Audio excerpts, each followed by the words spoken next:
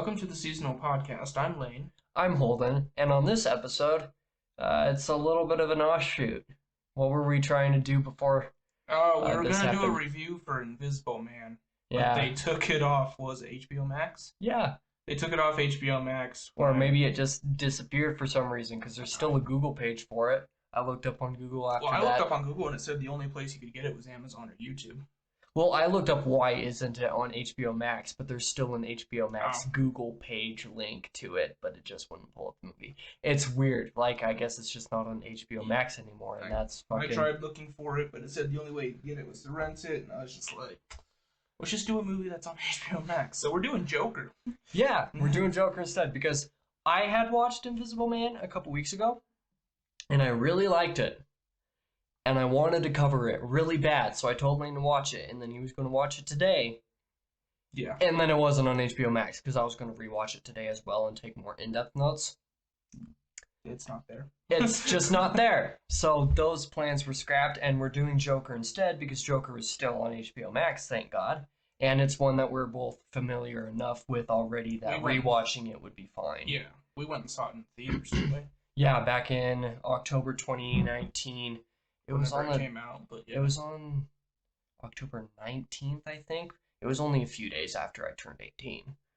Yeah. Because he asked us for our IDs, even though he didn't need to because we were over 17. But did he ask us for IDs? He still asked. Yeah, he asked us for his IDs. I had an ID on me. That's unusual. I normally don't carry an ID. I might have told you to bring it just in case they asked us, because he took my ID. It was just like, "Oh, you're not 18 yet," and I'm like, "It was a couple days ago," and he was like, "Oh yeah, you're right. Not that it matters because you're over 17." Yeah. But so we did watch Joker in theaters back in 2019. I watched it the second time when it came to our town that gets movies a few weeks late. Yeah. So I was already familiar. Lane's already familiar. So all we did was rewatch it, and hopefully I have good enough notes that we can get through some of it. Because I want this episode to be a little bit less on the scene by scene, like not quite the way that it was for Iron Man 2, because that got really in depth. Yeah. For better or worse. And this just has a lot to talk about in terms of subtext and themes and stuff like that. So, I mean, like, I just kind of want to talk about that experience when we saw it in theaters before we start, and what it was like watching it then. It was a ride, I guess. I don't know. It was a fucking trip. Yeah, it was a trip. There are some bombshells that drop in this movie a couple different times that just totally twist around everything that you're thinking about. Right. And well, yeah, the whole movie, it threw me for a loop. I walked out of the theater going, "What the fuck?" Well, me too. I remember because we exited that theater and we got in my car. And we started driving home more or less immediately afterward. And we were silent for probably 10 or 15 minutes. Yeah. We were just processing what the hell we watched. Because it is... And even on a rewatch, it's arguably even more confusing. Yeah. Like, because it's not quite like Dune 2021 where watching it again made everything click into place. This one, there's a lot about it that there's just questions. Yeah. Just so many questions. I remember really liking it. It's one of the only movies that I've seen in theaters in, the last 5 years. Like one of like 4 or maybe even 3. Right. And it's one of the only like 10 movies that I've watched in the last like 3 years in the first place anyway. So it's not... It's a good movie. The fact that I saw it in theaters twice. Yeah. I liked it enough to go see it a second time. It was a really good movie. And even now it still is. Any bad reviews about it. I think everybody... Well, amongst the audience, back when it came out, the media was flipping out about it. That's true. The reason they were flipping... For some reason, they just wanted it to flop. And I have no clue why. Yeah. Because we'll get into this a little bit later, but in terms of some of the... Not necessarily real world politics, but political subtext that occurs throughout the movie in terms of characterization and stuff like that happens. Based on some of that stuff, you would think that the media would be all over it. Yeah. but they weren't. They wanted it to fail, and they were like, this movie's so bad because it glorifies violence, when it doesn't. At least not nearly in the way that 90% of media, quote unquote, glorifies violence these days anyway. Like, any show or movie that you watch could be accused of glorifying violence and it being a reasonable assumption, even if it's not. But in terms of the general movie audience, it was the first R-rated movie to reach $1 billion at the box office. Sure. I remember reading that announcement and I was like, fuck yeah! If any R-rated movie was going to reach $1 billion, Joker was definitely the one that deserved to do that. So, there's all that. I remember that drive home and just processing. And then we were talking for the rest of the ride home about what the fuck we watched.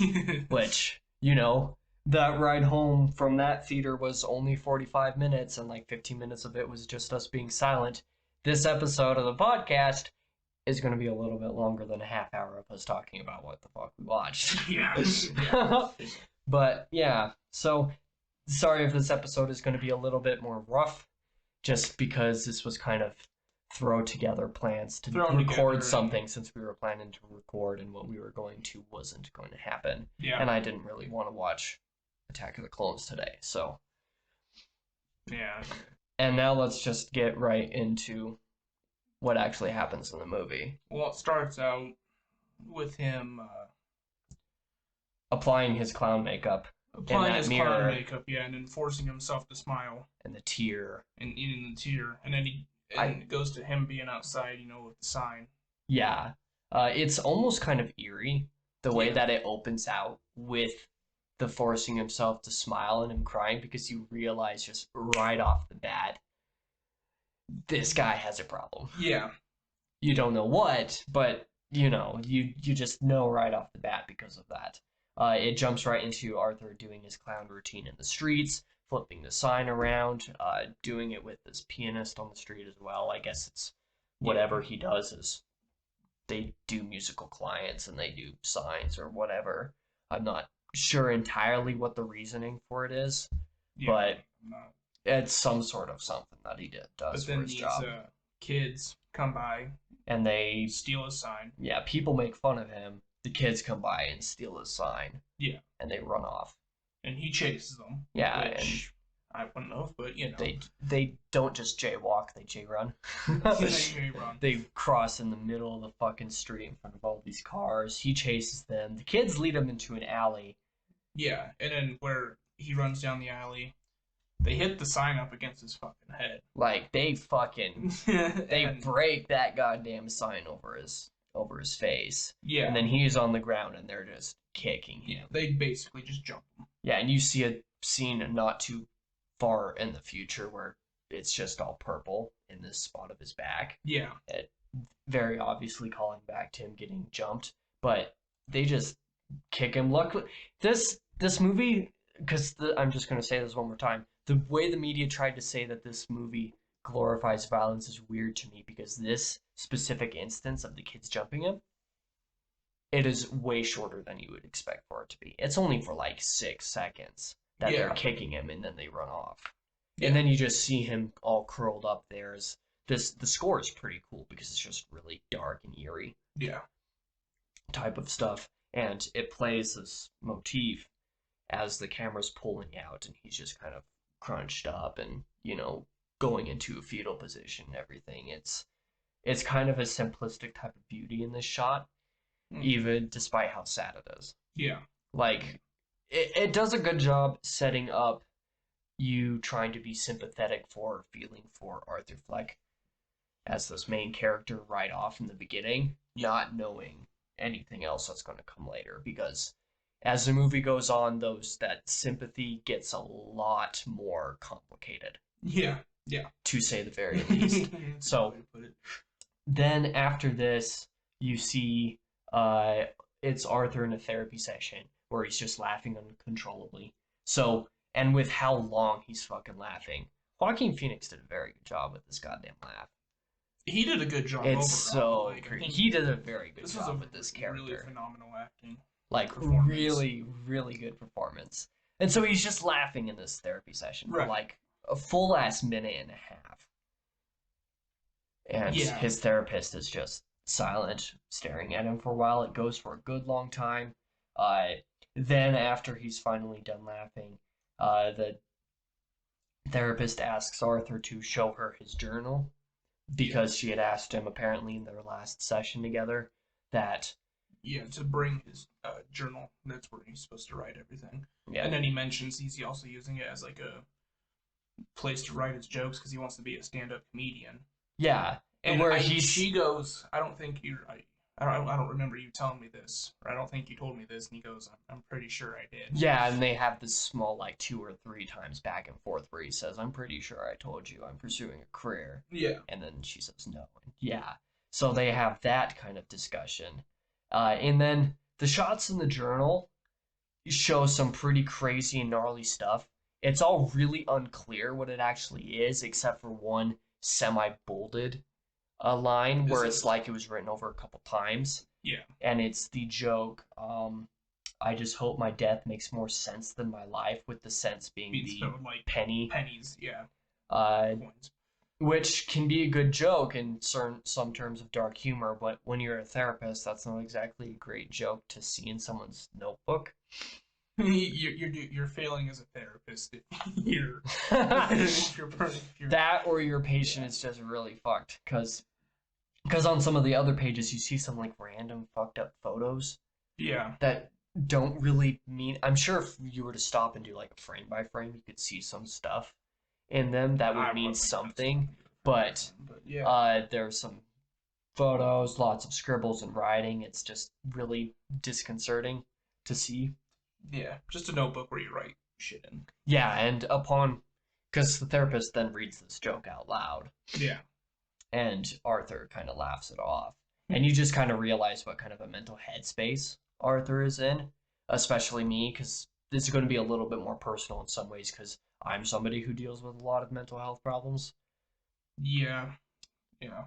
So to see somebody in that kind of headspace it's definitely something, being somebody who's kind of been in that headspace before in my life.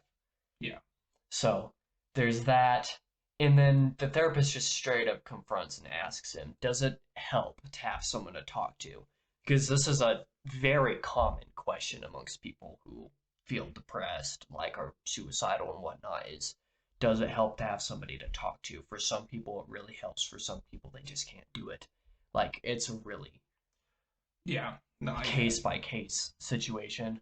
I'm somebody who couldn't talk to anybody until I could talk to somebody, and then I would just spill everything and that person would run away. Yeah. Basically, that was my experience with it, being an early teen. So this kind of question is very poignant in this manner, especially as a therapist, because therapists are supposed to be people who you want to talk to that stuff about. Right. But especially me as a teenager, you don't want to fucking talk to a therapist. You want to talk to a friend. Yes. And so does it help to have someone to talk to? And he says, I think I felt better when I was locked up in the hospital. And this little scene is like the only time you really get anything about Arthur being locked up in a hospital. Yeah. But when he says this, it flashes back to a scene of him hitting his head on the glass of a door. And so you realize that he's been fucked in the past and that there's something going on with that. And Arthur requests additional medication. Apparently he's already on 7 different medications. This is also really poignant for me because I have a family member who has been on more medications than I could probably count, and they're still in bad spots frequently every day. Yeah. Like, it is really weird for me to think about someone being on, 7 medications still being absolutely fucked. Like, yeah, it's a really hard thing to think about. So he requests another medication. She says he's already on 7. And then you're really just kind of realizing that Arthur is really down bad. And it kind of it kind of connects with him saying, I think I felt better when I was in the hospital. Because when he was, for some people, especially people who are on a ton of meds, there's a certain temperament where you do feel better when you're not on the meds. With some types of personalities and disorders, you have to really watch for people to make sure they stay on their medication because they'll be inclined to not because they feel better even though they're not doing danger, better, even yeah. though they're like dangerous. Yeah. You know. So he felt better when he was in the hospital, even though he wasn't doing good, and now he's on 7 medications. So they're doing something to keep him out of the hospital, apparently. Right. But yeah, so then after that, it's kind of implied, I think, that she gives him his request, I guess, because then you see him on the bus after this with a little kid, and he makes the kid, giggle, giggle, and the mother's a bitch. The mother's a fucking bitch. It's just like, will you stop bothering my kid? And he's just like dumbfounded by this. Yeah. It's like, and then laughs. And then he starts doing the laughing uncontrollably, and this is when you learn that it's a condition that he has. This is why he was laughing at the therapy session. So he starts laughing. She's like, "What? You think this is fucking funny?" and then he just shakes his head and pulls out the card to show her, and she doesn't return it. Yeah, this is a key point because this will come up as a kind of subtle thing later. Right. But she doesn't give him back the card, even though on the card it says, "Please return." But the card basically says, this laughing is a condition. It's related to neurological damage and whatnot. It's just something where I just laugh uncontrollably, even in situations where I'm not, feeling like laughing. Yeah. So for it to be such an awkwardly good laugh makes Joaquin's performance so much better to me, because it's a really, really disturbing laugh. But so this happens, and then after he's off the bus, you see Arthur walking through Gotham, and I kept on wanting to refer to it as New York in my notes because Gotham is basically New York.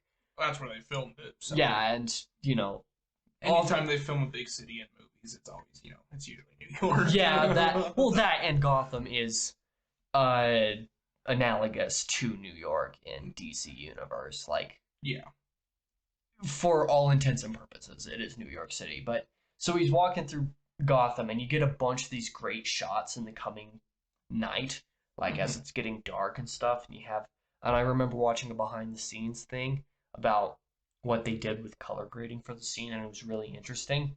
But you have like all these dark blues and stuff like that in these shots, and he's walking through the city, and at one point you see him open the door to a pharmacy, and this is why you think it's implied that he either gets his request fulfilled by the therapist or he's just getting his refills or something like that anyway.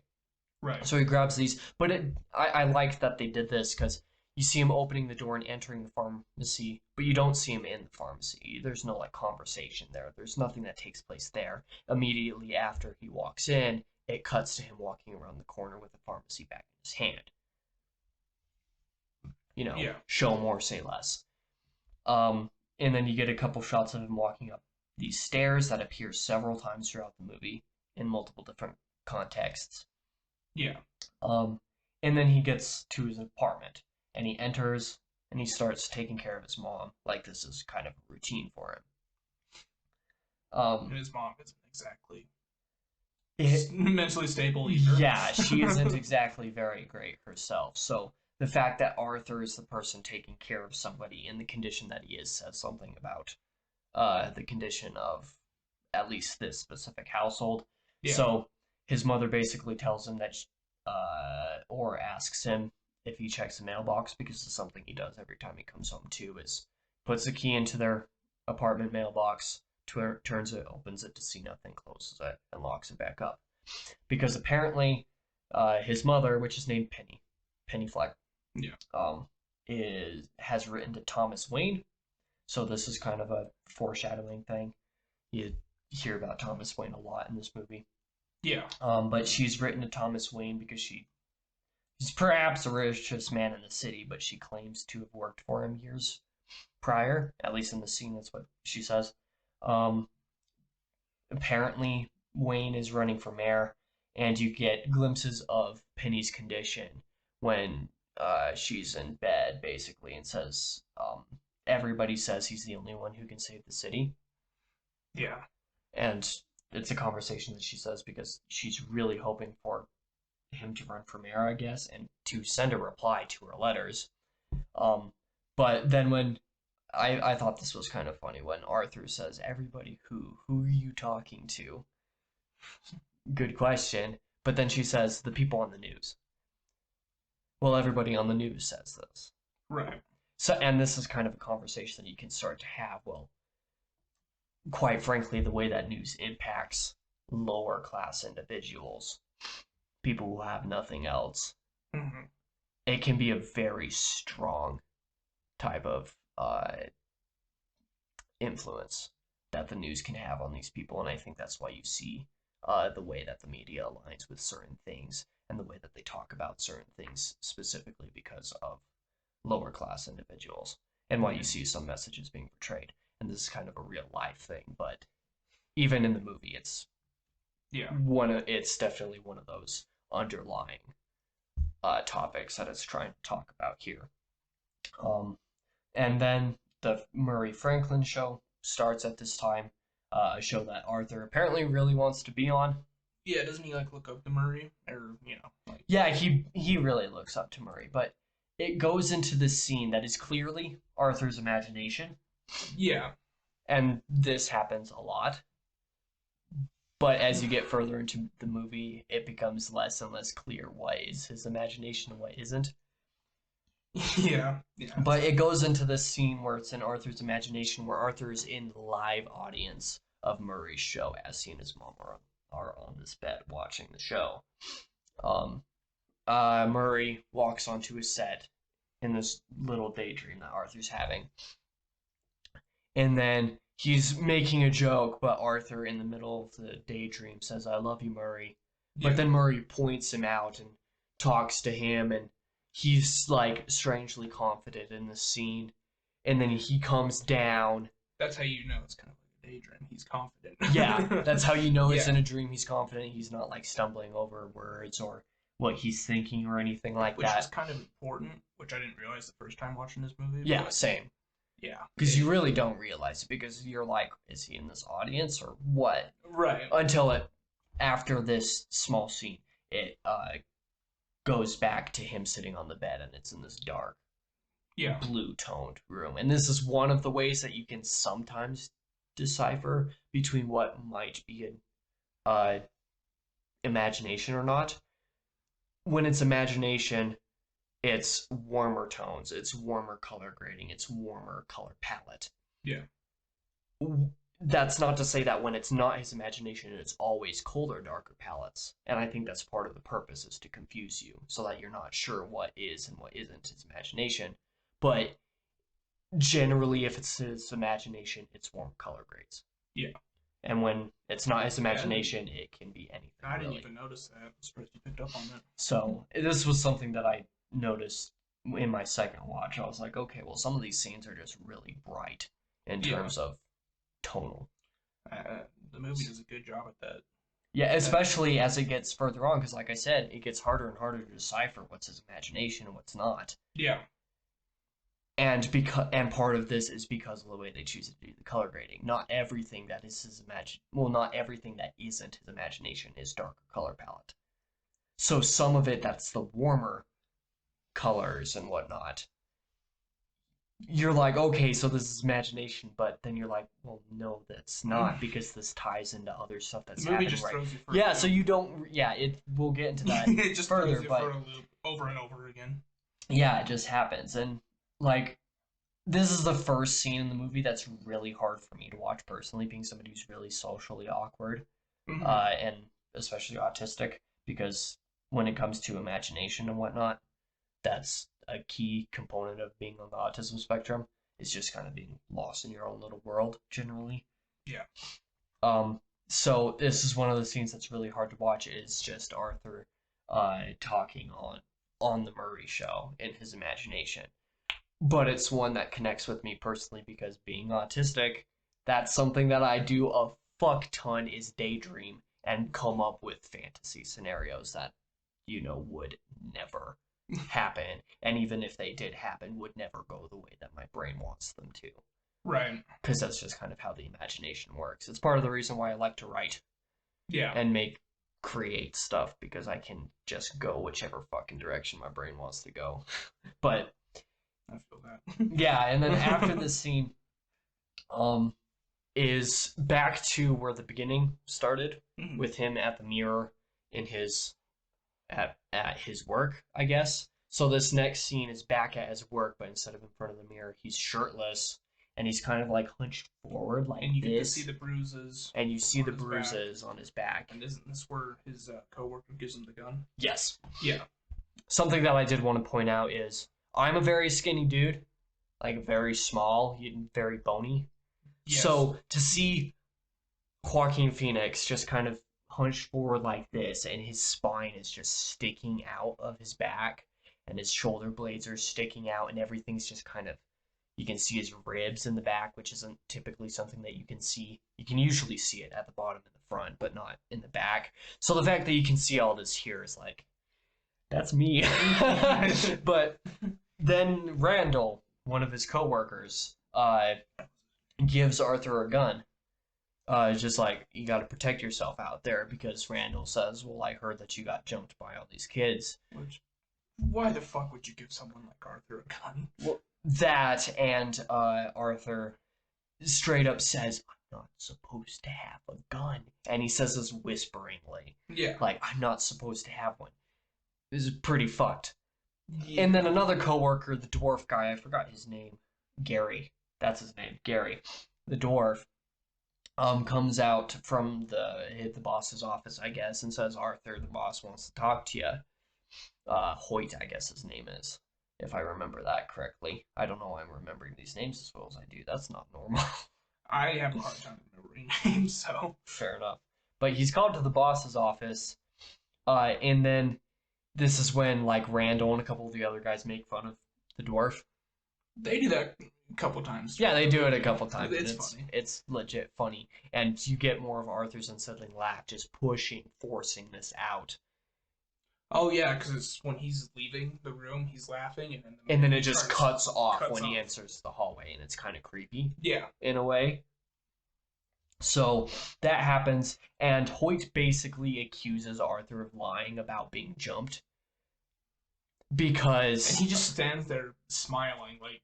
It's like a creeping smile. Yeah, and his, the boss's voice kind of starts becoming an echo, and you just see Arthur kind of, I wouldn't say snapping, but definitely... It's one of those snapping moments, because, so the boss, because in the beginning of the movie, right, Arthur was using this sign and performing with the pianist, and this is what Hoyt is referring to in this moment, is, well, the guy never got his sign back, why the fuck don't you have a sign?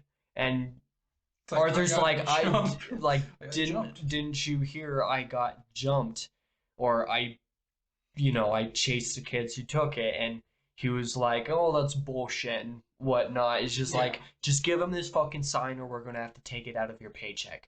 And this is one of the things that snaps in his brain. Yeah. Because he's just like, I've just been accused of lying. Fuck you, Hoyt. Yeah. And just creeping smile. And like you said, as things start to echo. Yeah, it's possible. And then it cuts to him. Was it kicking a trash can? Like, yeah, aggressively kicking and stamping on trash in a trash can, and which is kind of cool because as Hoyt's voice is fading out, while Arthur's standing there, you start to hear the banging, and you're wondering what the fuck is happening. Like if he's imagining like kicking and punching Hoyt. Yeah. And it cuts into him kicking and stomping on a trash can and a bunch of trash bags, presumably in place of Hoyt. Yeah. Which, every working class person ever has imagined hurting their boss this way at one point in time. My old boss, yes. Well, one of our bosses. We have all had a boss that we have wanted to punch. Oh, yeah. So I've gone into work sometimes just willing to lose my fucking job. Like one thing says me. If you say one word, I'm It's like, saying I don't goodbye. even care if I can't pay rent this month. I'm gone. Yeah, exactly. That happens. I need to get rid of that mentality, though. Fuck, it's gonna get me in trouble. It will get you in trouble big time. But so this happens, and then the scene changes, like we said, into this alley. He's just kicking the shit out of trash.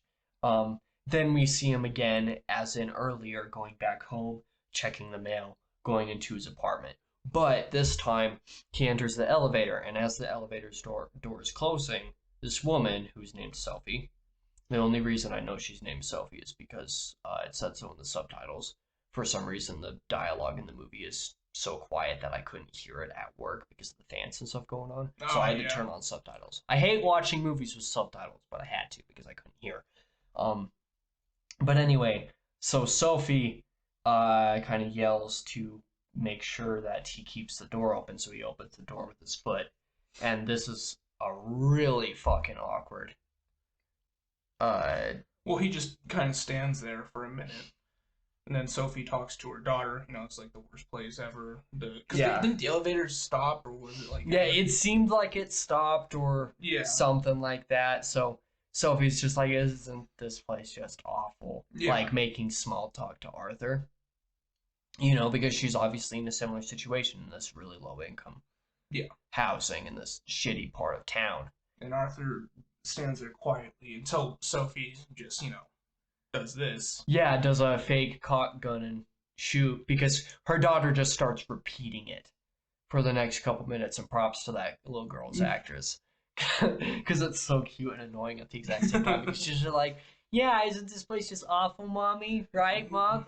Because little kids, when they want to repeat shit, like, that's just what they do. So then she just makes that fake cock gun, and he watches it, she does it, and then the elevator opens and they leave, and she's about to enter her apartment. And Arthur, does he say hey, or like, how does he get her attention? I think he says hey, and then does this, but like dramatically. But does it more dramatically, like is basically how he does it. Yeah. And she just kind of like smirks and then enters her apartment. Laps it off and leaves. But then he enters his apartment, and this is when he's cleaning his mom in the bath. Yeah. Let's see. And like, she is delusionally adamant about Wayne at this point. Like, I guess she never shuts the fuck up about him. Yeah. So, she's just like, I want him right back. Like, he'll right back. He'll fix the city. Like, all of this stuff. Like, she just repeats it all the time. And after this, Arthur basically lies to his mom about his stand-ups being ready for big shows. Like, all the people are saying that my stand-up comedy's ready for the big stages. And then she just straight up just says, don't you have to be funny to be a comedian? And it's like, oh, fuck, coming from your mother, too? It's like, yeah, I mean, granted, ouch. She is kind of mentally... not there? She's not really there, but still, that's kind of... that stings. And then Arthur's in the apartment after that, just watching the show, and he's messing with the gun. He starts dancing, doesn't he? Yes, he starts dancing. And he's like this when it's him dancing. He's just like... yeah, he does that, like, awkward little dance. I think it's awkward, but... it's very awkward. And then he accidentally fires the gun, and it hits his wall, right? Yeah, it goes into one of his walls in the apartment. In a panic, he turns up the TV so his mom doesn't... Yeah, so his mom's just like, Arthur, are you okay? What was that? And he's just like, I'm just watching an old war movie. Yeah. And it's just like, this guy's fucking 30 years old. Or older, maybe. He looks older because Joaquin Phoenix is older than that. Well, yeah. I don't know. But his character's probably in his mid-30s, if I were to guess. Maybe late 30s at the very oldest. Late 30s, probably. Late 30s makes sense based on some of the other things we learned. But yeah. So he's probably like late 30s living with his mom. Loki taking care of his mom. Yeah. And then this interaction happens as you would expect for it to happen if it happened to like a 7-year-old. Except, albeit a lot more docile of a situation, because, a 7-year-old isn't going to have 7-year-old better not have a fucking gun to accidentally fire into the wall. But know damn well 7-year-olds get their hands on guns sometimes. Yeah, this happens, but still, it's because he is basically daydreaming, doing this kind of imagination, it's not like a scene in his imagination, but he's like going through this made up scenario, which is something that I do a lot myself. Yeah. But I don't do it with loaded guns in my hands. So, and then he fires his gun. And then after this, you go through this whole sequence where Arthur's just fucking stalking Sophie the next day. Yeah. At the schoolyard with her daughter. Doesn't she drop her kid? Yeah, she drops her kid off at school. And then he's watching her through the one door on the bus. Yeah. As she's flipping through like a book. And then just stalks her. Yeah, and follows her through the street, and it's so fucking creepy. Like, this is a guy, like, Arthur, realistically, at least one of his conditions, he definitely has high-functioning autism. Yeah. Like, a lot of these things, as I've said a few times before, like, so many of these things are things that I directly relate to in terms of some way, shape, or form, because these are things that autistic people do. Yeah. Like, a high-functioning autistic person probably wouldn't really realize that stalking somebody is not good. That is socially... Like, he understands it enough that he's trying to hide himself, like he has a hood on, but he's not, like, doing the best job of hiding himself. Yeah. Like, when she's about to enter the apartment building, when they're crossing the street and whatnot, he's only like 5 fucking feet behind her. Like, yeah.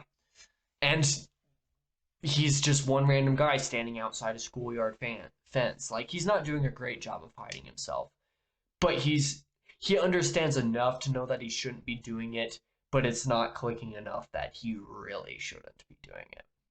Yeah. You know, it's just one of those things. So then, let's see. This is when you have your first scene that is at the stand-up place, the stage area where, you know, like, small-time stand-ups can, you know, do their kind of routines. And you have Arthur here at this, sitting at one of the tables laughing at all the wrong spots, where everybody laughs at the punchline and half punchlines of different phrases. He's always laughing in the middle part of the phrase. Yeah. And he's, like, making notes, presumably to use for his own stand-up routines, and they're pretty bad notes. Yeah. Like, looking at, like, sexy jokes, always funny, is one of the notes, and it's like, you are not going to be a comedian there, bud. As the camera's focusing on him taking notes of the stand-up routine, it goes right into notes of him writing into his journal, where it starts off with him writing in his right hand, where it looks nice, into him deciding to switch and go into his left hand. And it writing really bad and big, and it's just this phrase. The worst part about having a mental illness is people expect you to behave as if you don't. And this scene is really dramatic, and I think for a very good purpose. I keep on going off frame. But this scene is really dramatic, and I think for a very good purpose, because this specific line, I'm pretty sure him writing this in the journal was in the trailer. It might have been, it might not have been. I feel like I remember it being one of the things in the trailer. But I'm not sure. If it's not, then I'm just imagining things or misremembering things. But either way, this was a really important scene because this line especially, like, it wanted you to read this line. Yeah. As he's writing it with his left hand and it getting all crazy and him doing a smiley face inside the O of don't. Yeah. It hits really fucking hard. Just this whole line, because it's like, it's a really important discussion to have, but it's a really, really hard one, especially when it comes to people who don't suffer from certain mental illnesses, who don't want to be burdened with that, or who don't care, or who don't realize how much of a problem it can be for people who suffer from severe disorders. Yeah. And from somebody who has been on both sides of this, like, it's arguably harder for me to have this conversation now, specifically because I've gotten so much better over the years. Right. It's a conversation that, or it's something that I feel like I would have said, like, in freshman year or something when I was really fucking bad. Freshman or sophomore year of high school.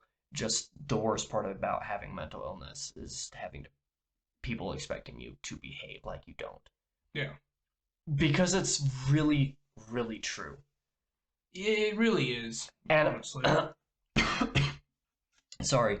I find this especially hard for me too because, as I mentioned earlier, I know somebody, I have a family member who takes a lot of different medications and is still always having a hard time, like every day, with different stuff. And I will admit this is a problem that I have. I find it really hard to sympathize with that person sometimes. It's like, why are you like this every single day? Like, why are you taking all these medications and you're still crying every single day about all this shit? Like, why is this still going on in your head? And the reason this is hard for me now is because over the last couple years I've improved so much. Like, eating healthy and exercising and stuff like that has fixed so much for me.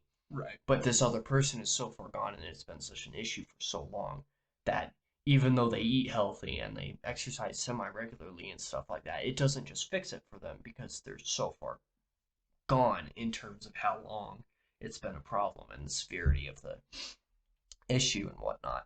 So it's a really, really poignant and important discussion, but it is such a hard one. And the movie really wanted you to focus on this. Yeah.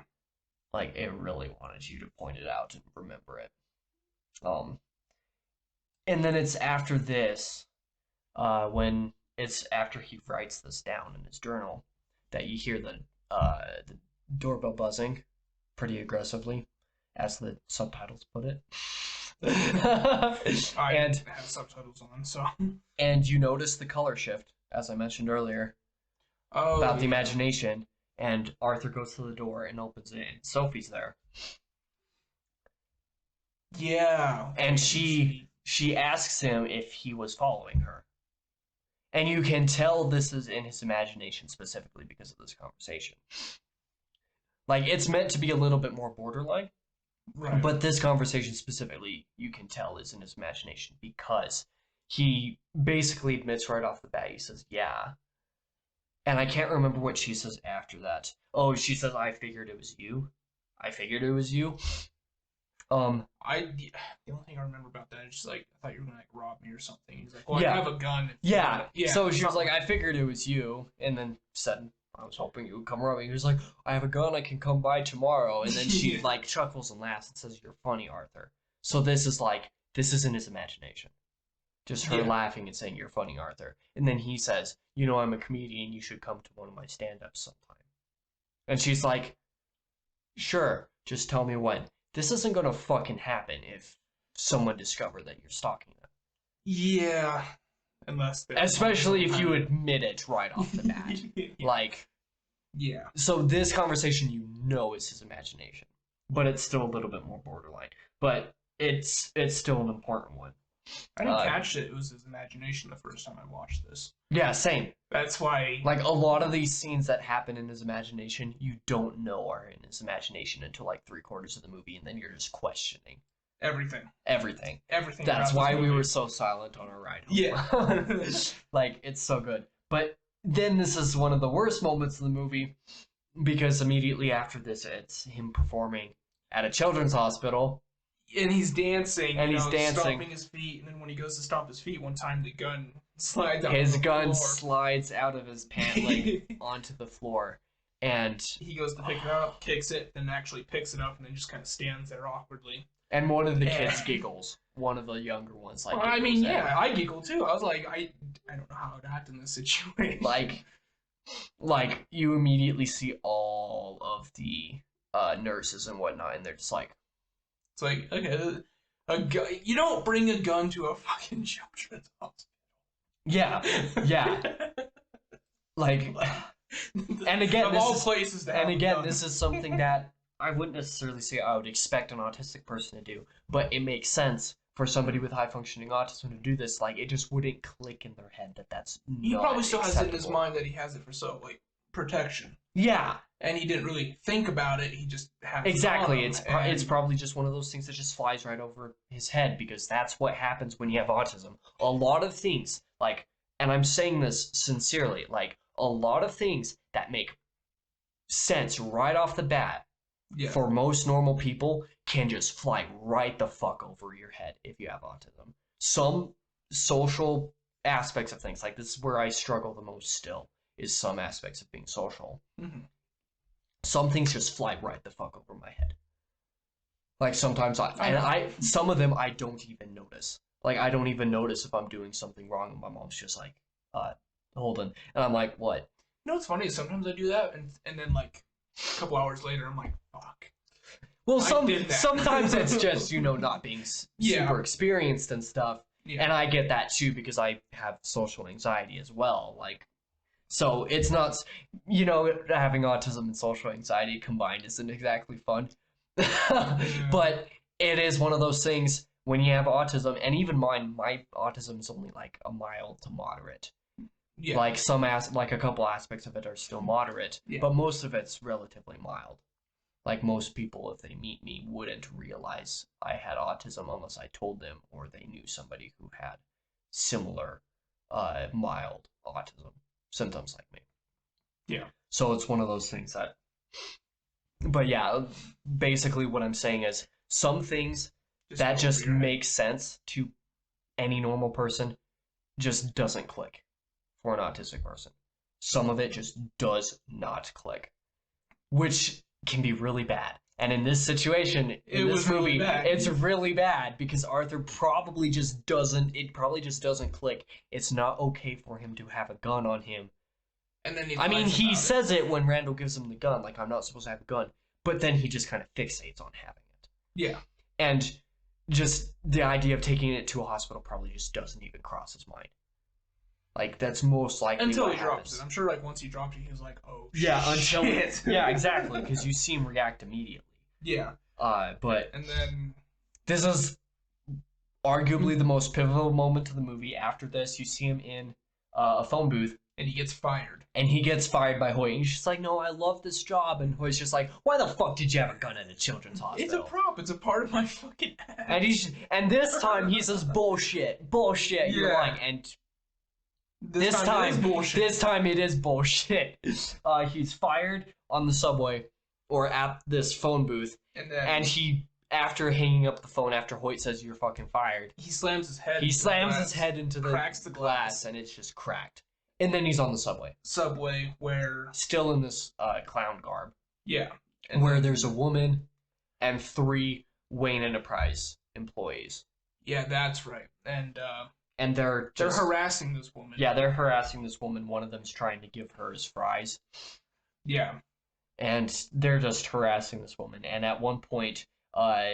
he starts laughing. Arthur just starts laughing. Like this condition. Which draws attention to him so that she can leave. Which...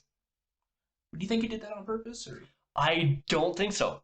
Because... It kind of just worked out like that. Because one of the things that one of the standing bullies said, or one of the bullies started laughing, and you see Arthur kind of do a stifled laugh. Mm-hmm. And you physically see him try to restrain himself from laughing, and then he just bursts. Yeah. And then he's just laughing and laughing and laughing. So these guys start to confront him. Like, what's so funny? Like, what's so fucking funny? And then they pull his hat off, and wasn't the one guy also laughing, like laughing at him? I think so. Like, and then just the face Arthur makes when he turns around and looks at the guy, it's like a frowning. He's laughing, but he's also kind of like frowning. Yeah, that face kind of stuck in my head. I wouldn't fuck with that guy.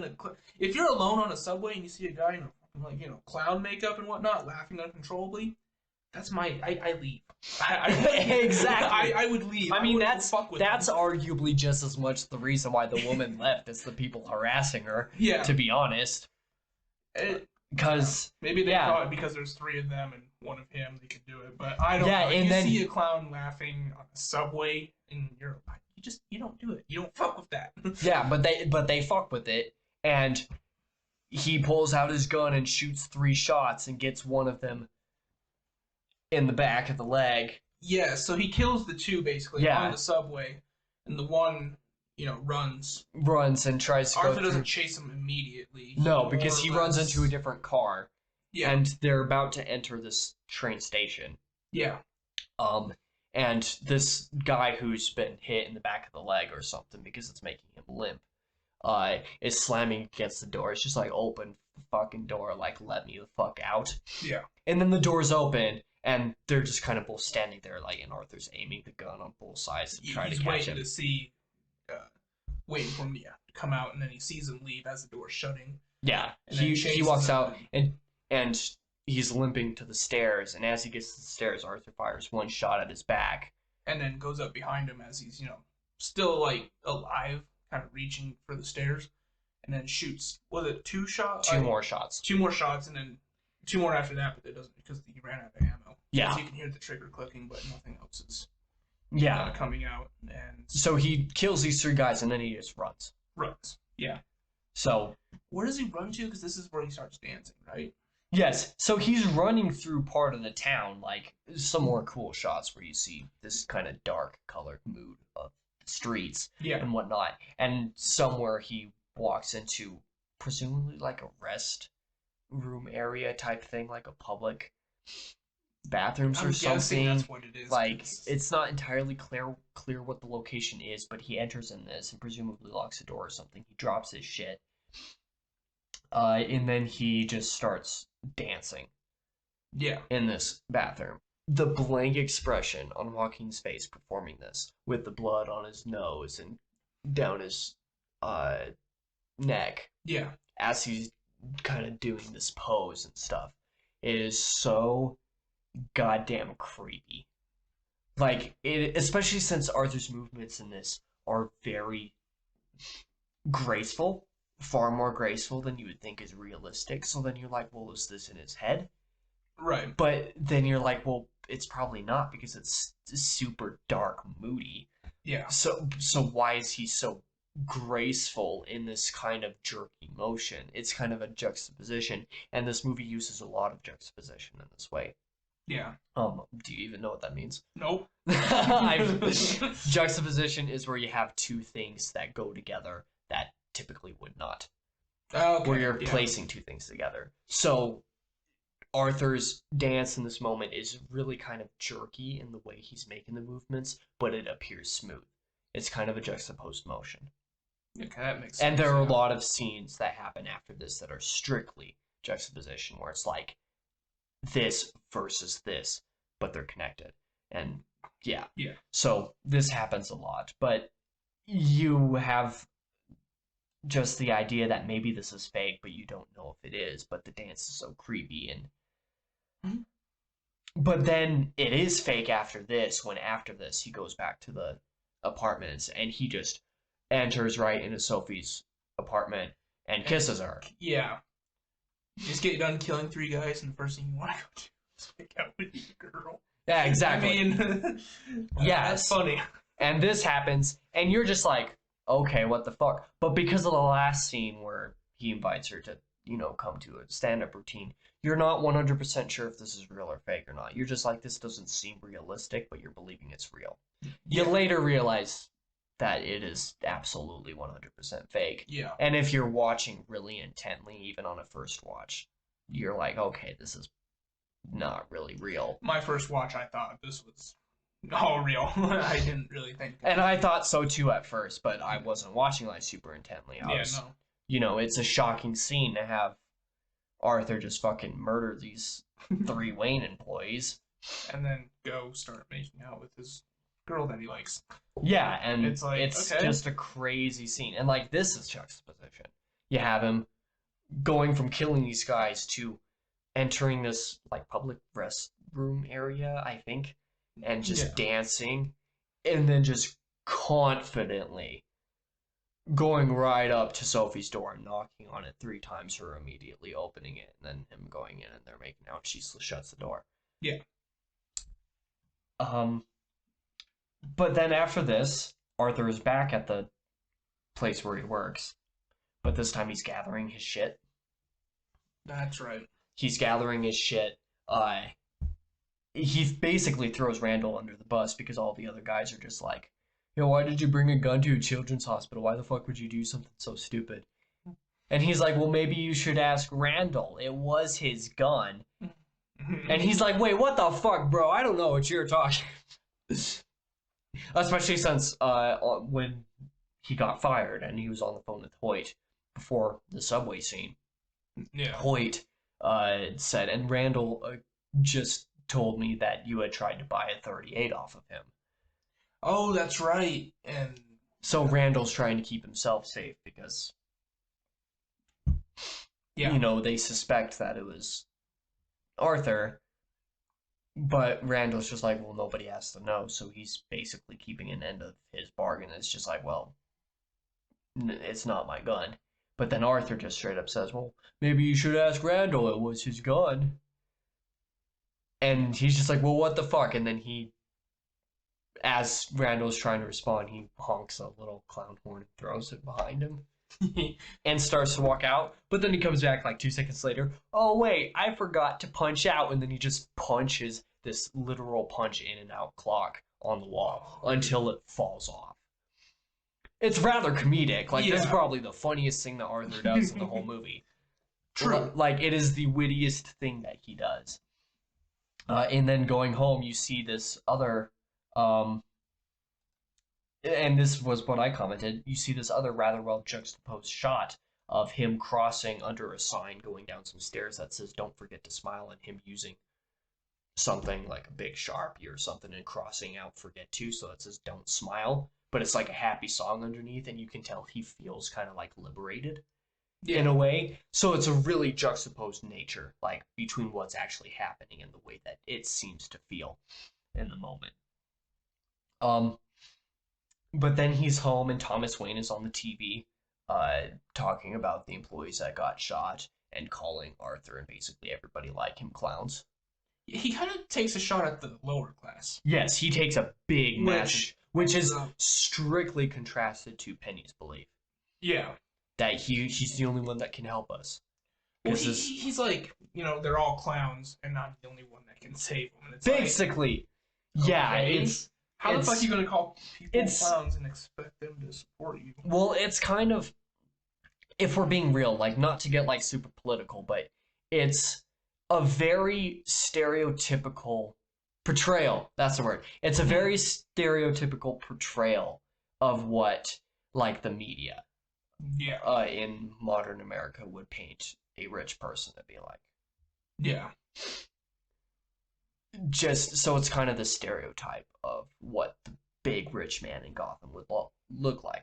But I'm young. I don't know what those types of stereotypes look like in the original Batman comics and whatnot. I don't know what Thomas Wayne's character would have looked like in a traditional DC comic or something like that. But at least the way that it appears in this movie, it's a somewhat stereotypical expression of what a lower class person would see Thomas Wayne as being. And I think in a little bit of a way, that's kind of the point. Yeah. Because basically from the point of Arthur and his imagination entering Sophie's home and kissing her, from this point on, there's a lot of scenes where you're not 100% sure what is true and what's not. Not necessarily in the term of what's in his imagination or not, but in terms of what is actually happening, if it's happening. There's a book series called The Wheel of Time. One of the narrators of it, one of the main characters, Matt Coffin, I think his name is very untrustworthy narrator.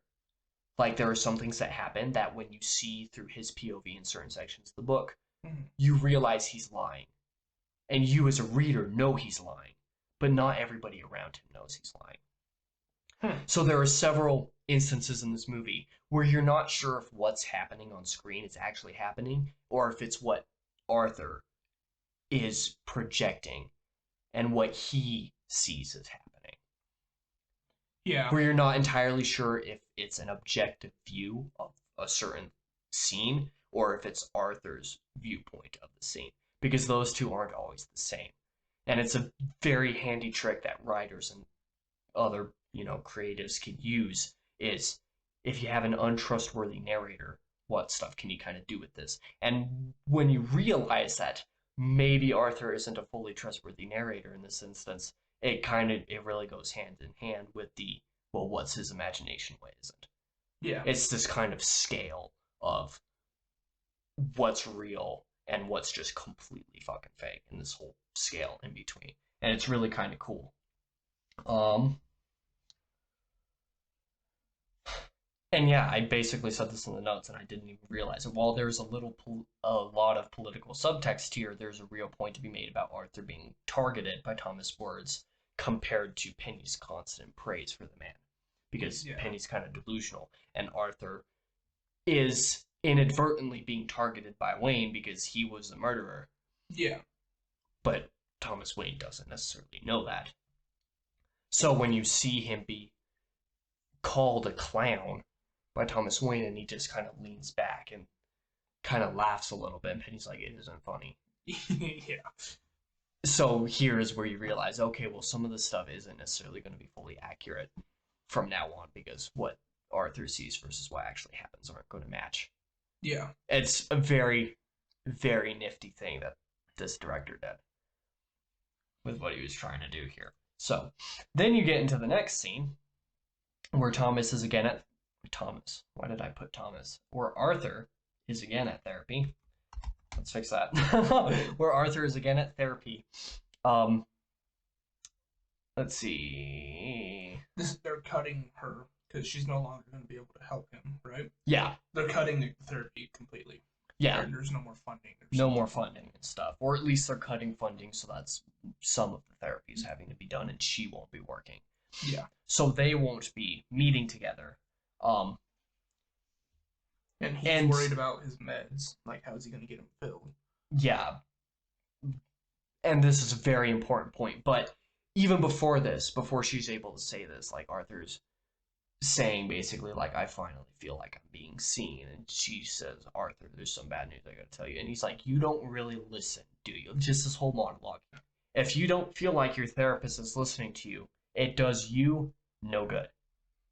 Or, on the other end of the spectrum, if you aren't willing to change, or you don't feel like you have anything wrong, your therapy can't help you. Yeah. It's a two-way street. You can't have either one of you not participating properly. So this line is like, it's at least the line that a lot of teenagers who go to therapy feel. It's like, you don't really listen. Like, you don't really get me. Because, I mean, it's the whole teenagers feel like they know better than their parents, but then they realize when they're parents that they really didn't. Yeah. But it's all teenagers feel this way. They have this rebellious face. Like, you don't really know me, Mom. You know? Like, you don't know me, Dad. Like, you don't know what it's like. Yeah. Even though Dad knew what it was like 20 years ago. Yeah. So, it's a very... It's an almost intense scene, especially when she follows right up with, funding's been cut, I'm not going to be able to, we're not meeting together anymore. And he says, well, how am I going to get my meds? And she basically says, can't fucking help you. Which is a pretty terrifying thing when you're on, or at least to consider when someone's on 7. More meds, yeah. Yeah, and it's very important. At that point, just put him back in the hospital.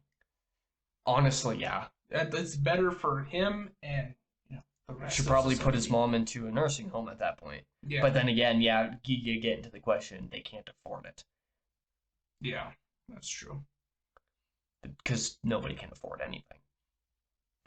But after this, you have, I think this is a half daydream, half real life sequence, because you have Arthur going onto the stage now. This is probably the hardest scene in the movie to watch. If not, it's one of the 2 or 3 hardest scenes for me. So awkward. Where he's going up onto the stage to perform his attempted stand-up routine. And you see him there, but as he's standing and he looks at the performer or the person announcing him, the camera pans to the right and you see Sophie at one of the tables. And then it pans back to the left. And this is where I think that was a part imagination. Sophie's not actually there. No. She's not actually at this routine. He is imagining her to be there because he imagined asking her to come. Yeah. Yeah. Like, I don't think she's even at this place inadvertently. Just happens to be there when he's performing. Like, he's actually performing, quote unquote, that night. And he also imagines it going really well. Yeah. Like, after he gets over a huge laughing fit at the beginning of it, that I admittedly skipped 30 seconds of. Because I was just like on my phone and we're just like, okay. Yep. Exactly, like it's so awkward. Because then he's having this laughing fit. And then after that, when he finally starts talking, it seems in his head that it's going really well. Yeah. But it's really not. No. Let's see. Yeah, see, the laughing is all in his head once he gets past his laughter.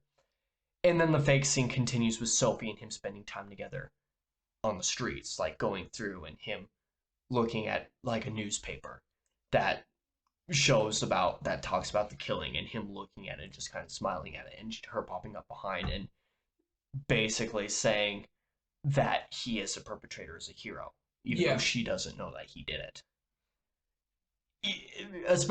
Which gets even more confusing because she's in his imagination in the first place. So technically she knows he did it because she's a figment of his imagination, but we're not going to go there.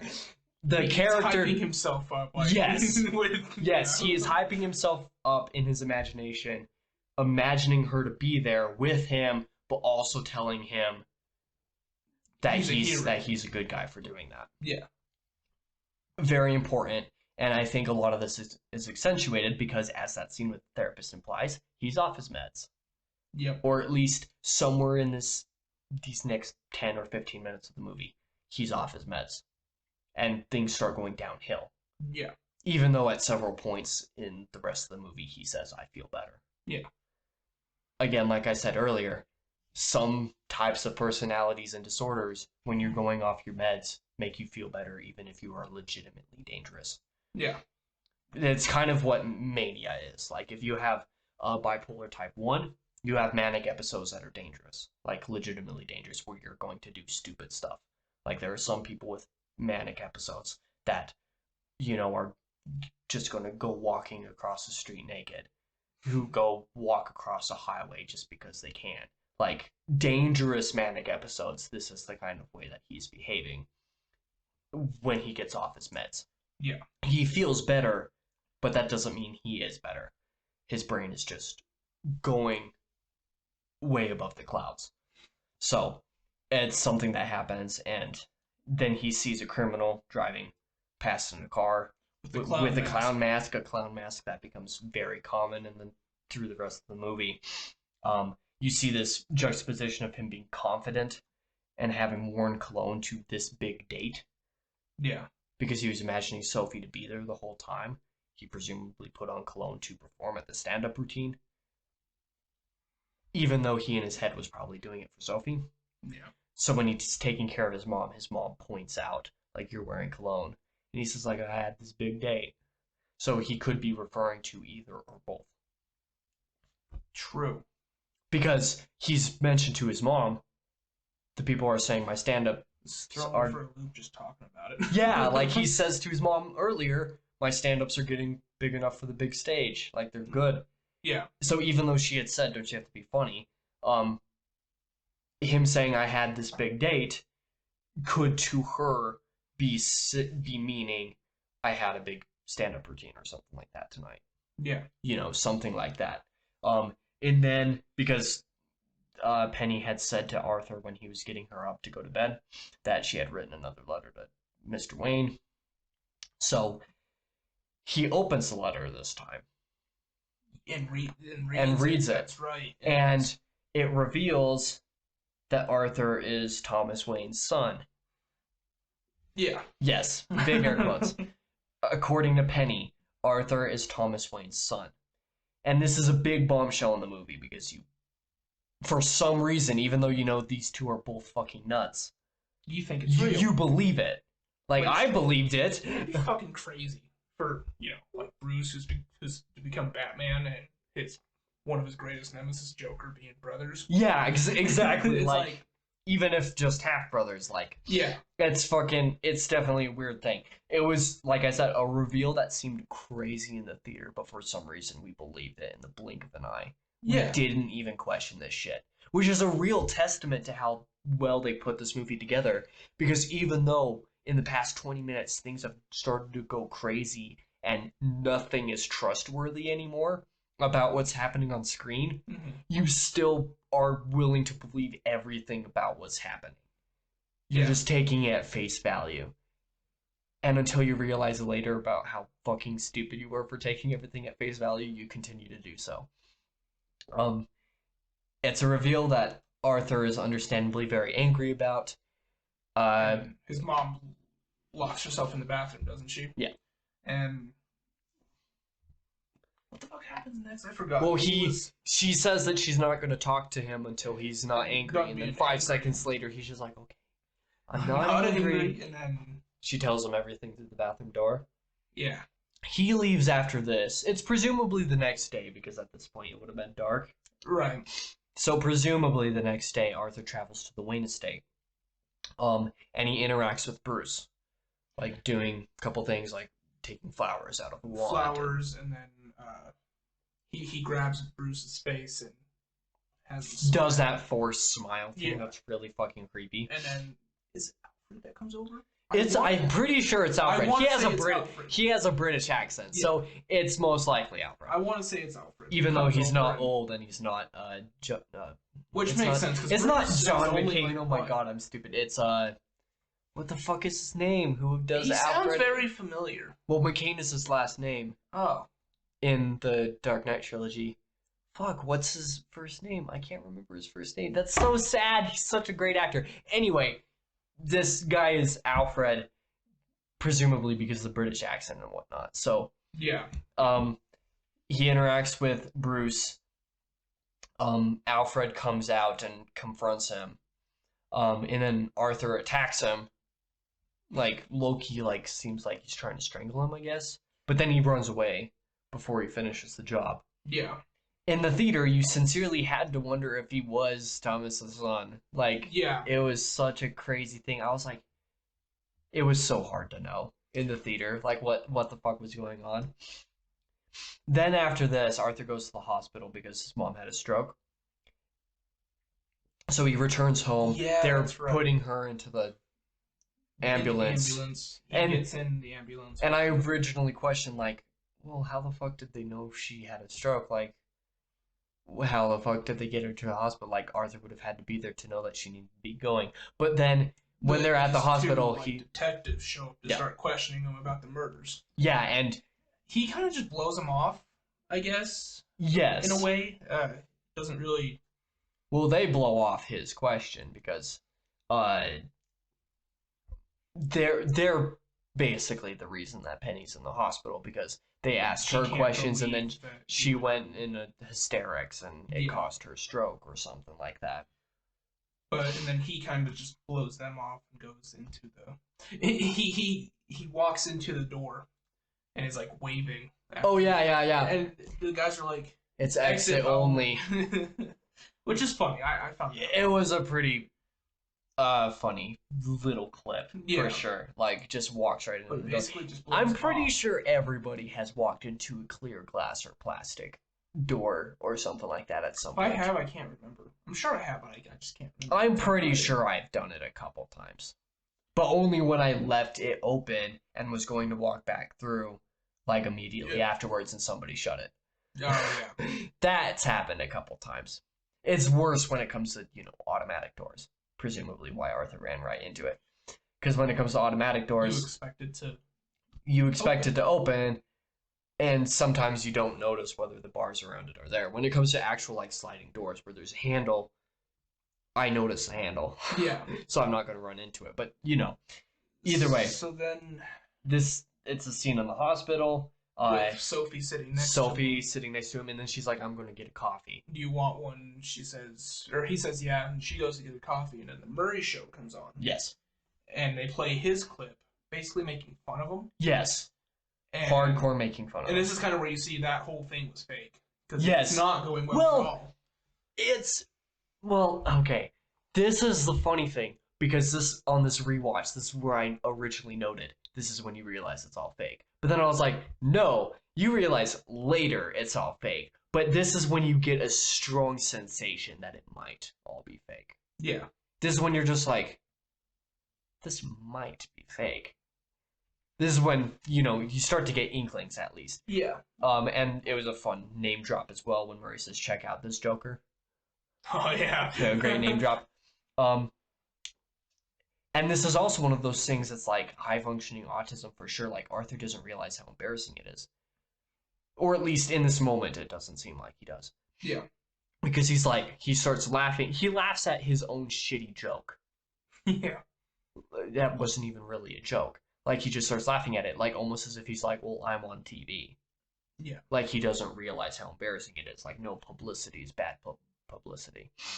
Or something like that. It seems like that's what's on his mind. But then afterwards, he's at home. He sees Thomas Wayne on the TV. He's sitting on the couch in his underwear. No, I don't think that's actually when this happens. But he sees Thomas Wayne on the TV to host a benefit for his mayor run, and then you have like clips of like protests and stuff. Holy shit, that's an aggressive vibration. Yeah. Wow. But you see on the TV that Thomas Wayne is going to be running for mayor, and that he's hosting a benefit at his manor to do that. And then you have clips of somebody being like, fuck the rich, this whole message. Yeah. On the street. And for the movie, fair enough. I really liked the way that they utilized this messaging in the movie, because it's not being outright political in a real world way. Yeah. Which is, I mean, part of the reason why it explains it, but also part of the reason why I'm still so confused by why the media hated the movie so much, or why they tried to trash it so much, is because these are the kinds of messages that they would be all over. Yeah. Like, whether you agree with it or not. Like, this is the type of stuff that a lot of the mainstream media likes to hone in on. Like, they just like to pound you with this kind of stuff. Especially after they started criticizing Elon Musk when he was made Time Person of the Year this year, or in 2021. Yeah. Like, that whole situation. You would think that these messages and stuff being in the movie, specifically, you would think that the media would be like, great movie, great messages, but no, that wasn't. It was really weird. It's all I'll probably say about it for the rest of the podcast. Maybe we'll see. But you see these messages, but I like how they're not being outright political in a real world way. Like, you can tell that this is all self-contained to the movie. But then after this, he's in the crowd at the manor, and he kind of sneaks through and gets into the manor. And this whole scene is a fucking fever dream. Like, I'm so confused through the whole scene, wondering, like, if it's real or not. Like, there are many things about it that are just like, okay, yeah, this is real, it definitely happened. But then there are a ton of things about it that are just like, no, this isn't real, like, how the fuck does this happen? And it's so confusing. He sneaks into the manor, he presumably kills somebody to get the red garb. Kills somebody or just happens to come across it. Like, and specifically because it doesn't show anything, it's just him walking through one of the doors in the manor into, like, the main lobby or something like that, just wearing what seems like maybe a bellhop. Maybe a bellhop's suit. Something like that. Something like that. But he's wearing this maroon type of suit. Just putting it on, like, kind of messy over his messy hair. And you presume that he killed somebody, but then you're just like, how did he really get here? Because there was a whole protest in front of the manor and there was a ton of people. There wouldn't be a way for him to be able to sneak through and get into the side door without some security noticing him. And that's when you're just like, okay, so this isn't real.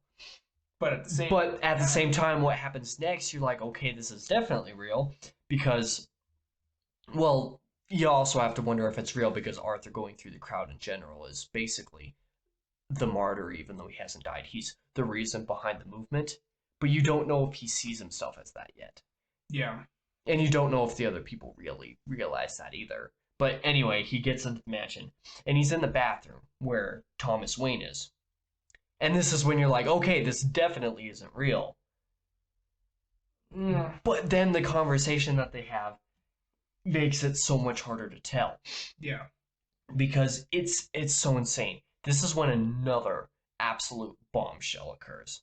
When you read from Penny's letter that Arthur is Thomas's son, you're like, okay, that's crazy. And then this comes in and completely flips everything around. Because, just like Alfred had said at the gate when Arthur had come, he said, your mother's a crazy person, fuck off. It's basically what Alfred said. But then Thomas Wayne said it again here, saying, you can't be my son because you're adopted and I never slept with your mother. Like, just being straightforward and to the point. And it's specifically in this moment where you're like, what the fuck is going on? Because once this drops, you're just like, so what is real? You're questioning everything. You're starting to question everything at this point. And there's another scene a little bit later on that really makes you question everything, and it's so insane. But then Arthur's going into hysterics, just calling him dad and getting mad at him, just like, how about some fucking decency, you know, like a hug or yeah, you know. And then Thomas just punches him. It's just like, you touch my son again, I'll fucking kill you. And you're like, did any of this just take place? Like, Arthur would be in fucking detainment at this point. Yeah. Like, you would think that Thomas would just call the police or something, or have his like, and not just walk away, like hit him and then just walk away. That. Yeah, exactly. Like, you're just like, what the fuck is going on? So exactly, like, at this point, you're really confused at what's real and what's not. Yeah. And what's true and what's not, especially since Thomas Wayne said this, and you're just like, okay, well, maybe Thomas is right. You don't know who to believe. You don't know what to trust. It is so crazy. And I also noted here, I'm really glad the movie didn't hold punches when it came to F-bombs. Oh, yeah. Because it really makes it feel realistic. It didn't overuse them. Yeah. The way that we do on this podcast. But it uses them more than anything else. Yeah, it uses the word very well because, you know, like I said, Arthur says, how about some fucking decency? A son who feels betrayed by his supposed father is going to use language like that. Yeah. And a father who's trying to protect his actual son, touch my son again, I'll fucking kill. Like, these are realistic ways to have that conversation. Even the conversation itself wouldn't actually happen. Yeah. You know, like, it's just something that I wanted to know. But then you have the scene after this where it's just Arthur at his home for some reason, taking all the shit out of his fridge while the answering machine is going with one of the investigators really trying to get a hold of him. He's just taking the shit out of his fridge and then climbs into the fridge. Oh, yeah. Like, it's such a random fucking scene. But then you're like, he's off his meds. He's off his rockers. He's just completely batshit fucking crazy at this point. Yep. Like, so when you realize that, you're like, okay, this is fine. But it's really weird to just watch him pull all the drawers and everything out of his fridge and just get right into it. I couldn't imagine being Joaquin Phoenix and just filming this scene at a fridge, opening it, just pulling shit out and then just getting it. And that being the scene. Yeah. Like, it's a little weird, but it's so weird, but it sells a little bit of the mood, especially that Arthur was in. Yeah. And then subsequently you have the phone ringing again, and it's the next morning, he's in his bed, and it's a call from the Murray Franklin show, which is crazy. This also seems so unreal to me, like, yeah, does any of this actually happen? And just like before, there's a lot of things about it that are just like, this is definitely in his imagination. But there's a lot of other things that are just like, no, this is definitely real. Like, you just don't fucking know what's going on. Yeah. And it's a lot of the charm of the movie. Normally being this confused and not knowing anything about it would make me just, like, hate it, but the movie does it really well. The movie does do it really well. Surprisingly well, really. Like, you're like, from this point on, you're basically convinced to yourself. Like, before you were taking everything at face value and believing it. Yeah. At this point now, I'm taking everything at the opposite of face value and saying that this is fake. Until it reveals that, no, some of this is actually real, and you're just like, what the fuck's going on? Yeah, so it's so unbelievable to me that any of this happens, but it's still perfectly crafted. Like, especially since this is the point where you can't trust the color palette to tell you anything. Yeah. Like, you just can't. Because it's in the daytime. How do you know if that warmer color palette is natural or if it's, you know, his imagination? Like, what is it? It's so crazy. Especially since after this, Arthur goes to the mental institution to ask for the records of his mother. And then he basically admits his insanity to this fucking, this black guy who's working at the desk or whatever. Yeah. Who's holding the records and whatnot.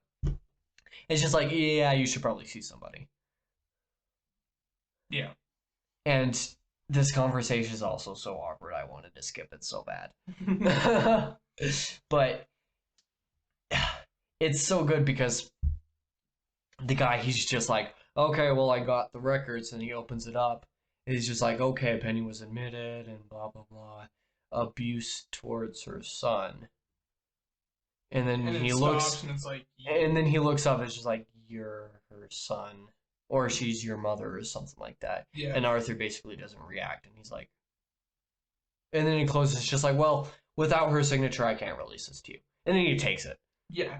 He forcefully takes it out of his hands, and... runs down the hallway, then down some steps, and then looks inside. And this is where the conversation with Wayne and even with Alfred is like... It was real. It had to be. Yeah, it's the conversation. But then when you get these medical records, this is when you're just like, okay, these records have got to be true, right? Yeah. But even the movie tries to make you not believe it. And this is the real major bombshell where you're just like, everything is a lie. Yeah. Now you don't know anything to trust. Especially since while he's looking through the records, you have kind of these flashback scenes that Arthur is weirdly observing for some reason. A really random scene, but it's a psychiatrist with young Penny in the hospital where she's just like, no, it's fake. Wayne made it all up to hide. You know. And so the movie's just like trying to make you believe Penny. Especially since they're like Penny and Arthur, who you've been with the whole movie so far. Yeah. They're trying to make you believe them, even though the evidence is so stacked towards the other side. So you're just perfectly conflicted. Yeah. And it's so painful. It's like, what is going on? Everything's just batshit fucking crazy at this point. It's so hard. And then it seems you realize that he was adopted, that Wayne wasn't lying about that. So then you realize that the confrontation with Wayne must have been real. Yeah. Even though it makes no sense for it to have happened. It's crazy. And then that Penny was admitted because of abusive tendencies. Even though the records confirm that it wasn't her, she just allowed it to happen. Yeah. That he was Arthur found. was, like, tied up to a radiator. Yeah. And... like malnourished. She just goes, I never even heard him cry or anything. Like, yeah, and you're just like... And then you're all of a sudden just like, okay, I don't believe that Wayne lied about this. But you're also like... what the fuck? It's watching at this point in the theater, you're just like, huh? Yeah. Everything is just a big old WAT question mark in all caps. Yeah. You're just sitting there wondering what the hell is happening. So then after this, he goes back to the apartment complex. But this time, it's a distinctly dark color palette with dark music playing. Yeah. And he sneakily enters Sophie's apartment this time and is like rubbing his hand along like the couches and her purse and everything that's in there. Yeah. And this is when you are 100% realizing everything with Sophie was fake from the point of her confronting him about stalking her. He ends up sitting on her couch, and then she comes out, you know. She freaks out, like oh my god, like, and from that moment you're like... And it gives all those, you know, flashes back to the scenes that she was in, and really she was not there. Yeah, and it shows different angles of them too. Like in the hospital, it shows the angle with them both, and then shows a different off angle where she's not there. Yeah. And it shows an angle with them both looking at that newspaper, and then it shows another angle with her not there and him just laughing. Yep. And at this moment, you're like... So you're already just confused, not knowing what to believe because of the whole... whether Thomas Wayne is his father, or if Penny's crazy, or whether he was adopted, like all this stuff. Yeah. And then this drops on you, and you're like, oh my god, all of this is fake. Yep. And everything is just fake. Yeah. Everything is just unbelievable. You have no clue what... Did he kill Sophie? Oh yeah, because exactly, this is so fake. He turns around and she's just like really scared. Like you can tell she's freaking out. She's just like, my daughter's in the other room fast asleep.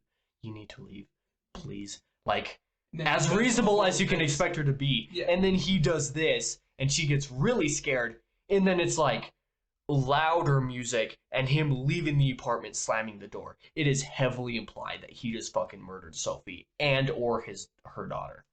Yeah. Which I'm glad it didn't fucking show anything. Yeah. If he did. Because in all reality, especially since he doesn't have the cops called him. Yeah. You're like, he probably just murdered these two. And I didn't realize that in the theaters the first time either. I didn't realize it until my second time in the theaters. So I was just like, oh, he probably killed them. Because you don't see them. You don't see her again in the movie. Nope. And you're like, he probably just fucking murdered these two. I'm surprised they didn't show it, because they they don't really show very much violence in this movie. Outside of one scene coming up, there is not much violence. Like, the subway scene was the bloodiest scene. And it was basically just the blood on the door that the one guy went back onto after getting shot a couple times and fell over. Beyond that, there's not that much blood outside of, like, some on his face and stuff. Right. It's surprisingly not gory. Like, this R rating is like 90% because of the language. Yeah. There's only the one scene where the gore is the reason. It's R. Which I love that scene. It's a good scene, but we'll get there. You realize he just fucking... Exactly. Killed her and her kid and walked out like nothing. Yes, exactly. Which, did he have blood on him when he was walking out? Because I was like looking, I didn't really notice anything, but I was like, there should have been an indicator, right? Yeah, I don't think I noticed any either, but he could have just strangled him. Yeah, I mean, there's that. Like, she probably wouldn't have been able to resist well. Like, I think it's supposed to be a question that you're supposed to ask. Did he kill them? You don't know. Yeah. But then you go into a scene right after that. Let's see. It's right after that. This is when he's on his couch in his underwear, just kind of crazy and whatnot. Yeah. Whatever he's doing. Cop lights are going behind the window. And you presume that maybe that's to the apartment or something. Like, it's not a confirmation that he killed them, but it makes you question a little bit more that he probably did. Yeah. Yeah. And especially since one of the lines that he said in the apartment when she noticed he was there was like, I had a bad day. Great callback to Dark Knight, by the way. Yeah. Where, Heath Ledger's Joker just says one bad day is all it takes. Or maybe it's just classic Joker comics. I don't think it happened. I don't think he said that in the Dark Knight. Okay, no, I don't think he did either. I'm just thinking of the normal... It's a very popular Joker quote, though. Yeah, it's the classic Joker quote that it's just one bad day that could turn a normal person into a madman. Yeah. I think it's the classic Joker origin story where he falls into the vat of acid that turns his face white. Yeah. Where he says it's just one bad day that can turn a normal person into an absolute lunatic. Okay, it's from The Killing Joke. The animated one. Yeah. Gotcha. Okay. I was going to say, I was like, it's a Joker line. Everybody knows the line. It's definitely a Joker line. But it's a great callback to the classic Joker line. Just, it was he had a bad day, and that's what made him go insane. Which makes you further think that he probably killed them. Yeah. Just one bad day. So, and this is where I leave a little paragraph here. I'm like, the way he got into the Wayne estate implies he killed somebody to get the stuff. The way he leaves Sophie's apartment implies he killed her and maybe even her daughter. He is cracked out. But then again, he was revealed to not be on his meds anymore. Yeah. So he's going crazy without them. He's just absolutely falling apart. The cops show up at the apartment, presumably, like I said, with the lights flashing behind him.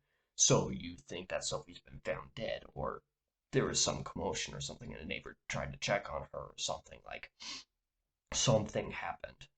Yeah. And then he goes to the hospital again. Oh, yeah. And he says, I used to think my life, because his mom's had a stroke, so she basically can't talk back to him. So he's just saying, I used to think my life was a tragedy, but now I realize it's a fucking comedy. Takes the pillow and he smothers her. Yeah, he kills his mother. And man, he's killed so many people at this point.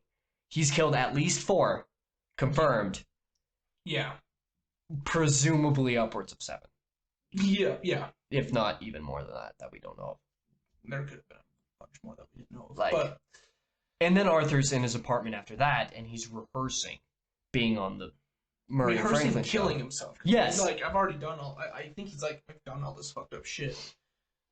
Go out with a bang on the Murray show. And yeah. So his rehearsal is to kill himself on the show, which is... I gotta tell you, that's obscenely fucked up. That's a fucking way to go. That's a fucking way to go out, for sure. He like, and it's live television, so it's not like they can edit it out. It's going to be seen. Yeah, especially at this point. There's some parts of live television, some specific categories of it where there's a specific amount of time in between when it's being shot and when it's actually airing. Like a few minutes, so that if something bad happens, they can decide to cut the air. If they absolutely have to. There have been some... This movie takes place in, like, what, the 80s, maybe? Presumably sometime in the mid to kind of mid-late 20th you think they did that back century. Then? Like I don't think so back live? then. Because it seems like it was just, Yeah, at the end you realize it was just live. But nowadays, there's some shows that are cut off by a few seconds just in case. Most of them do that. Just because it's kind of smart to do that. Yeah, especially when it comes to like actual live television. If it's just like a live stream or something, that's a little bit different. If it's a live television broadcast, there's some time in between just in case. On live streams. Yeah, and on live television. Like there have been news anchors that have straight up killed themselves on air, and there are some that were only cut out specifically because it happened, and then they cut it off before it could actually air. Like, yeah, there are plenty of those kinds of situations, but that's probably not technology that they were not something that they decided to do at this time, and depending on the time period, because I don't think the movie ever tells you when it's actually taking place in terms of time frame. You can just tell. I think the it's time frame by like the box TVs. Yeah, it seems like it's probably the 80s. I want to say the 80s, maybe. Like at the very earliest, it's like late 60s. Yeah. At the very earliest, but that's just because they have color television. Late 70s, early 80s. Yeah, I want to say like early to mid 80s. Yeah. Even though a lot of stylistic choices in terms of like hair and other styles and stuff don't match 80s. Like it's modern stylistic stuff. I mean, it is an alternate universe. It's not like our world specifically. Oh yeah. But it's a different technical world. It's just it's close enough to ours where it's just like I'm pretty sure it's based off of our 80s or something like that. Yeah. Let's see. At the apartment as well, you have Arthur doing the whole Joker makeover, which is disturbingly poignant. In this part, it makes it obvious that some of this stuff is just straight up in his head, at least the way that he feels about stuff, because it is this really bright tone and mood. Yeah. And he's dancing, and he's doing his hair, and all of this shit. Then you have the old coworkers come to visit after he has some makeup on his face. This scene. I love this scene. This scene happens. And it's Randall and Gary, which is the big guy who gave him the gun and the dwarf, come over. Randall is there to try to make sure that any story that Arthur gives says that Randall didn't give him the gun, basically. And when he's in the middle of trying to say, I just want to make sure we have the same story, because when the doorbell was buzzing, Arthur had taken a pair of scissors and put it in his back pocket. So he's grabbing this when Randall's talking, just stabs him in the neck and murders the fuck out of him. And this is the gory scene in the movie that is like, okay, they couldn't get away with this in a PG-13 movie. Yeah. Before this, you're like, you could do that in a PG-13 movie. Even then, it was kind of just the atmosphere of the movie was kind of pushing. Pushing the PG-13 a little too much. But fair enough, but the gore itself gets bad in this scene because then just Randall's fucking murdered and Gary's just... He's freaking out in the corner. I mean, he can't do much. Especially since he's a little guy. Yeah. Because, oh man, like, and then he smashes Randall's head up against the wall too, and oh my god. Beautiful scene. It's so visceral. I hate him smashing the head. It makes me cringe. Like, you know, it's violent. Yeah. It's a very violent scene. And then once he's done... I mean, because realistically, part of this is Randall's fault for giving him the gun, even though Arthur had the choice to get rid of the gun the whole time, arguably. Well, true, But after murdering the fuck out of Randall. He's lying against the wall, and Gary's just like, he doesn't know what to do. Like, he doesn't know what to do. Like, he can't really do anything, so he's just like, you can go, Gary. Like, I'm not going to hurt you. And then Gary's going past, and he fakes him out. It's such a fucked up thing to do. Like, especially after you just watched, like... Yeah, especially after you just murdered this fucker. Such a fucking lunatic. And then he's, like, trying to reach for the And he can't lock. reach the lock. He's just like, Arthur, can you get the lock? Ask for his help. That's funny. This is... Oh, man. Even through this violent, disturbing scene, you have this humor. It's so funny. But disgusting. He's just like, oh, I'm sorry, Gary. And then he opens the door. He's just like, you were the only one that was nice to me. And then he kisses him on the forehead and lets him go. And it's like, okay then. Always be nice to people, no matter how fucking weird they are, because you never know when they're gonna fucking snap and just start murdering people. Yes. Straight up, that's like a life lesson right there. Always be fucking nice, because you never know when that person, like, if you're mean to a person one time, you never know.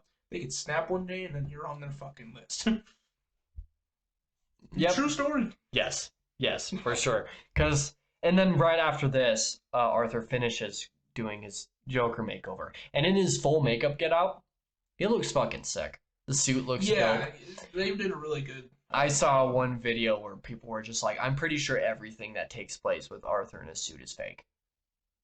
Where everything from this point until the very ending scene is fake.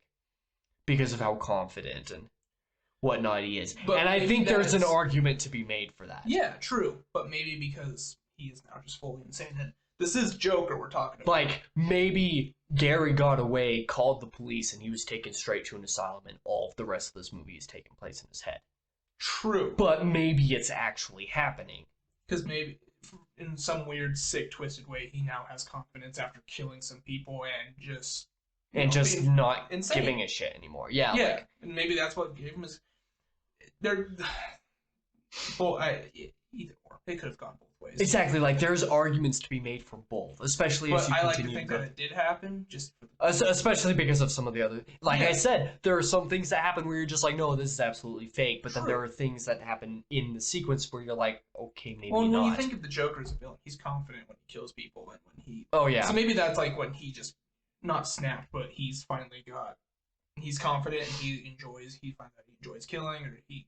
I don't know. Or something, some form of insanity is taken him fully. Yeah. But either way, like, there's an argument to be made that everything in the rest of this movie is fake. Yeah. I'm not going to discount that theory. Anyway, after that, like, probably 6 or 7 minute detour. Yeah. we went talking on a lot of shit. Anyways, let's go back. Let's see. The one time I've actually been talking throughout this whole thing. Yeah, the one time that Lane talks for more than 30 seconds. I need to work on it. I'm just not good at talking about it. Well, plus I take such in-depth notes, so I'm just kind of leading the conversation. Right. So, either way. It'll get better as time goes. This is only our, 4th or 5th podcast? Yes. The 5th episode coming out, I think. We're still in December when you're seeing this. This is in February for you guys. Is it February? It'll be February. Let me look at the date. This episode is February 18th. Wow. And we're recording this on December 28th. Anyway, we've been off topic for the last 10 or 15 minutes. Yeah. So let's get back to this scene. Like I said, the full Joker in his full garb. This is where we left off, basically, before we went on a tangent about Joker and a potential sequel and whatnot, which I may or may not include in the video. If I do, I might just have it as an addendum or something like that, included at the very end discussion. But so Joker in his full garb looks sick, and then he's dancing on the steps, which is probably the most iconic scene in the movie. That is the most, yeah. It's made memes. Just that Joker in that dancing position is made so many memes. That's true. You see the two investigators at the top of the stairs, and it's really, you're like, who the fuck? And then it does a close-up shot, and you realize it's the investigators that basically caused his mom's stroke, as far as you understand it to be, because it might be twisted. Like I said, twisted from Arthur's point of view. They try talking to him, and he runs. And they're just like, Arthur, we need to talk to you. And he's like, no. He's like, yeah, fuck you, and then he runs. Into the subway station where there's full of clowns. Cars, just carts of this fucking train, full of protesters. Yeah. In these clown masks. People protesting. He fits right in. He fits right in. And so he's going through these cars, and the investigators are too, and then when he finally leaves the train, and the investigators do too, whole crowds of the protesters just beat these fucking cops. Well, he started it because he took the guy's mask, and then the guy pushes the Joker, and then it starts just like this whole riot. Yes. And then doesn't the cop shoot one of the clowns, and then I don't know. He at least has his gun out while he's chasing. There was a gunshot, and I think he shot the clown, and then it started because all the I clowns, quite frankly do not remember. Maybe I don't remember. Attacking these cops. Yeah. And basically beating them on the end of this. Did they ever die? I don't remember. In the Murray show, later he says that they were in critical condition. Okay. So they didn't die, but critical condition. But they were pretty close. He puts on the mask and then takes it off, throws it in the trash, and is smoking a cigarette. Which I just quit smoking like 3 days ago, and when I see him smoking a cigarette, I'm just like, man, that looks fucking good. And Joaquin Phoenix is a chain smoker too. Yeah. Anytime between shots, he was smoking one. Yeah. I was just like, man, I would really go. I could not imagine being a fucking chain smoker. Like Walt Disney was a chain smoker. In all of his images where you see his hand in a position like this, they edited out the cigarette. Well, of course. It's Disney. Because every single picture, he had a cigarette. He always had a cigarette. And they just edited out of so many of them. I wish you could still smoke in restaurants. I'm glad that you cannot. I wish. Smell makes me sick. Well, fair enough, but I wish there was some certain restaurants where I could go smoking. You don't want segregation back, do you? No, I don't care about segregation. I just want to smoke in a restaurant while I eat a fucking steak. Yeah, I'm glad that steak, cigarette, and a beer. That's a perfect fucking dinner. Literally the only part of that I want is the steak. When I turn 21 in 6 months, I'm drinking while we go out to eat, and you're driving me home. Yeah, I know that's what's gonna happen because I'm not gonna drink in the first place. Anyways, we got off topic again. You can tell it's late. It's 10:30 p.m. We're both very tired, and for some reason I talk a lot when I'm fucking tired. Yes, you're talking a little bit more. Yeah. And we've been getting a lot off topic. I think that's why we've been getting off topic is because you've been talking more. Maybe I don't know. All I know is that I'm normally in bed by a half hour ago. I don't have reading for an hour or an hour and a half before I go to bed. I don't have a scheduled bedtime. I kind of just go to bed when I want to, and then if it happens to only be 4 hours before a shift at work, I only sleep 4 hours that night. I couldn't imagine. It's I gotta get. I'm too structured. I'm too just all over the place. But anyway, again, for the 5th fucking time, this recording is 2 hours and 10 minutes long. Holy fuck. Okay. He goes to the Murray show. This is when he's at the Murray show, and you kind of see when he's behind the set that his smile is off kilter. The paint, one side of it is like up, and the other's not, or maybe it's the opposite way. But it's really weird. You notice that the makeup is kind of off, and I only noticed this in this one watch, and I don't know if it's just that one shot or if it's all of them, but I didn't notice it, so I just know that it was kind of funny. And he starts dancing before the curtain opens. He asks Murray to introduce him as Joker, and Murray makes a point before this. It's just like, this guy isn't making a political statement. This is just how he wanted to show up, because Murray was really worried about it being a political statement because of the riots and everything going on. Yeah, that's true. Which, understandable, if you're running just a random night show and you happen to not be a political show. Which, in right now's world, isn't a thing, but if this was like the equivalent of, early 80s America, that would be more of a thing, just a show that isn't a comedy show that's not political. Yeah. Because all the shows today are political. Everything's fucking political. Hence why I'm trying not to get too into real life politics with this. We start talking politics, we're gonna get in trouble. But with everybody. With everybody, yeah. But this whole ending sequence is fucking insane. I know. This scene at Murray's, it is so insane. The talk with Murray is so... Because my internet cut out during this, so I didn't actually see the ending of the movie for a second time. So yeah, you need to hear me talk some more. Anyways. I just know, like, he talks about the 3 guys he murdered. Yes. And says they were awful, they deserved it. Yes, and Murray, this whole talk is so awkward. Murray's like trying to get more information out of him, it seems like. I think he's trying to just hold it off. I'm surprised that he didn't, like... call security sooner? Or, didn't have his executive producer, I guess the other guy must have been, to call the police earlier. Because he didn't say to call the police until he was, like, near the end of the whole spiel. Yeah, that's right. Either way, the whole talk... I'm really glad, and I'll just say this one last time, I'm really glad that the political subtext isn't super explicit. Because... Yeah. Excuse me. Holy cow. Because they go into this conversation, and Arthur reveals that because he killed the subway guys, he's technically the reason behind the movement, but he also says the specific line. Murray asks, "Do you think that killing those guys is funny?" And he says, "I do, and I'm tired of pretending it's not." It's one of the other iconic... Yeah. Like, outside of him dancing on the stairs, this whole scene is probably the most well-known part of the movie. That line itself. Yes, I do, and I'm tired of pretending it's not, because that's also a meme. Yeah. It's just like, you really think blank, blank, blank. It's just like, I do, and I'm tired of pretending it's not, you know. Yeah. And then he says, "Do I look like the kind of clown that could start a movement?" Because Murray asks him, did you try to start this movement or something? He's just like, "Do I look like a clown that could start a movement?" It just happened. Yeah. Yeah. And then he starts going into the conversation. It's just like, if it was me dying on the street, you'd walk right over me. After kind of suggesting that the Wayne employees deserved it. Yeah. Or that it didn't matter or something like that.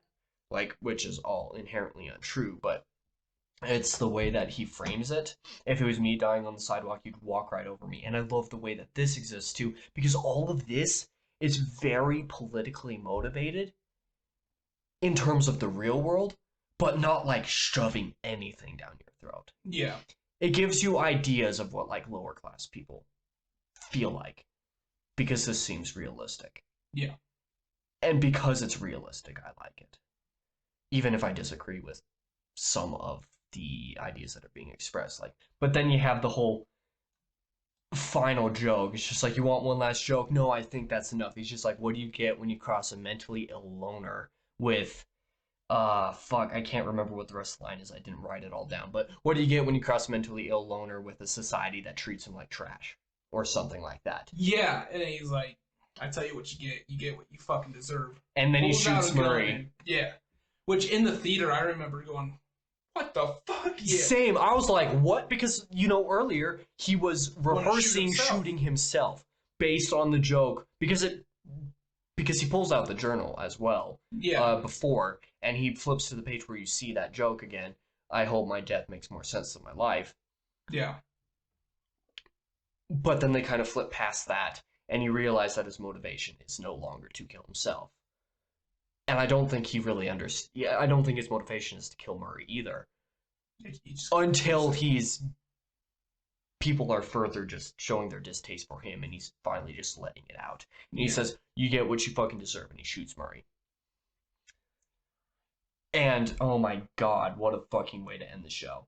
Yeah. Because then he stands up and he shoots Murray again, and then he goes to try to shoot, and then he just leaves it on the desk. And then he walks right up to the camera, and it cuts out, and you just have this whole news thing where it's repeated on multiple different channels, and realistically, you would not show this on multiple different news cable channels. If you wanted to say that he was dead, yes. Especially since, like, you wouldn't show him actually shooting. Yeah, because in some of those replays on the TVs as it's zooming out, you see him saying, "You get what you fucking deserve" with the fucking bleeped out, but it still shows the shot, and it's like, they wouldn't do that. They would just cut that out. Yeah. Or blur over everything. like, that fucking isn't the part of the clip that you want to avoid, you know? That would get you in some trouble. Yeah. Yeah, exactly. So, and then you have the car ride where he's been taken by the police, and he's watching out the window, and he starts laughing. He's just like, stop laughing. This isn't fucking funny. The city's burning because of what you did. And he's just like, I know. Yeah. Isn't it beautiful? And then the way that the rioters see Arthur as kind of a martyr, even though he didn't die for our cause, is also kind of crazy. It's really creepy too. Like some of them then enter the alleyway where oh yeah, doesn't in the Thomas Wayne. Yes, because Thomas Wayne, Thomas, Martha Wayne, Martha and Bruce are exiting a theater where, you know, the original Batman origin story is, at least in Batman Everybody Begins. knows the Batman origin story. They walk into the alley, but this time, instead of just a random mugger killing them, it's one of the rioters and says, hey, Wayne, you get what you fucking deserve, repeating the line that Joker said, or that Arthur said, and shooting Thomas, and then shooting Martha in front of Bruce. So you kind of have, and this is pretty genius, they don't have to do an origin story for Batman in this specific timeline. Yeah. Because this is the origin for Batman. If they were to do a film set several years in the future with Joker, they could do a semi-origin story with Batman alongside him as he like rises up to fight him or something, if they wanted to include Batman. They didn't. True. They wouldn't have to. Yeah, that's true. But just to think Joker's the reason Batman's parents got killed. And in this timeline, yes. Yeah, that's kind of crazy to think about. It is really crazy to think about. Because Bruce Wayne now knows who Joker is and wants to... Yes. Like, that's going to fuel his hatred for Joker and just make a great fucking movie if they ever do it. Yeah, like... They need to find a good actor to play Batman, though. Yeah. Ben Affleck wasn't bad. And then this new Batman, the guy who played the vampire in Twilight. Yeah, it's Robert Pattinson, and like, that's fucking weird. I don't know. I've watched the trailer to that new Batman movie, and I have no excitement for it. Yeah, I don't. I don't know a single person who's hyped for that Batman movie. This is the first time I've ever seen. Like, I know a lot of people who want it haven't been hyped. Yeah, exactly. Like, I know a lot of people who want it to be good, but I don't know anybody who's hyped for it. Yeah. But I'm not. This is like the first time I've ever not been hyped by Batman. Yeah, exactly. Which is really weird, but yeah, and so then you have Arthur in this car, and it gets T-boned by an ambulance, and the cop driving is presumably dead. Yeah. Arthur's knocked out in the back. One of the windows, I guess, is out. A couple of the riders pull him out, put him on the roof, or on the hood of the car. Yeah. At some point, he wakes up. Some more scenes of the rioting and stuff happens. He wakes up on the hood of the car, stands up, sees all of the rioters around him, basically, you know, hailing him as their leader or something. Right. And then he kind of like feels some of the blood on his lip, and then he uses his fingers and points him in, and it's one of the best shots in the movie. Him just making the smile with his blood and actually smiling underneath it. So crazy and so creepy. But then right after this, he's in the asylum. Yep. You have the final scene. He's in a mental institution. And you're just wondering what of that was in his head. Like I said, there's an argument to be made that all of that was in his head. And a sequel would have to be careful. Yeah. Whether it tries to confirm or deny it. Because if it's all in his head, Murray's still alive. The riots didn't happen. Fucking Bruce's parents are still alive. True. So that's exactly what I'm saying. Like, there's a good argument for it all being in his head. But if it's not, did all of it still happen, just not Murray dying and not Joaquin being alive and in the car and being hailed and whatnot? Like, are some details of it real and some of it not? It's a really tough thing to ask. It's going to be interesting to see how they approach this second movie. Yeah, exactly. Because then Arthur's in the institution, he's just laughing. Yeah. And this therapist, who looks similar to the other's therapist, another black one with kind of stand-up hair, right. So she asks him, "What's so funny?" And he says, "Just thinking of a joke." And he continues to laugh. And she says, after another several seconds, "Do you want to tell it to me?" And then he says, like, not laughing anymore. You wouldn't get it. Yeah, you wouldn't get it. No. That's also a meme. There are so many good memes that come from very serious scenes in this movie. It is whack. Then right afterwards, he's prancing through the hall of the institution, leaving bloody footprints, and it implies that he killed this therapist somehow. Yeah. But you don't know if that's real either. Like, it probably is, but then he's in the hall, and then he's running back and forth in the hall with a couple other people and whatnot. And it's such a good ending because you have it. Somehow it ties up the feeling of not knowing what the fuck is happening. Yeah. Somehow it ties up that feeling of, was any of this real? Because for the last hour of this movie, you're like, you don't know what's happening. You don't know what's real, what's not. You don't know what's manipulated by Arthur's perception. Because perception is reality. Like, you don't know what's his perception and what's actually happening. Like, none of this makes any sense.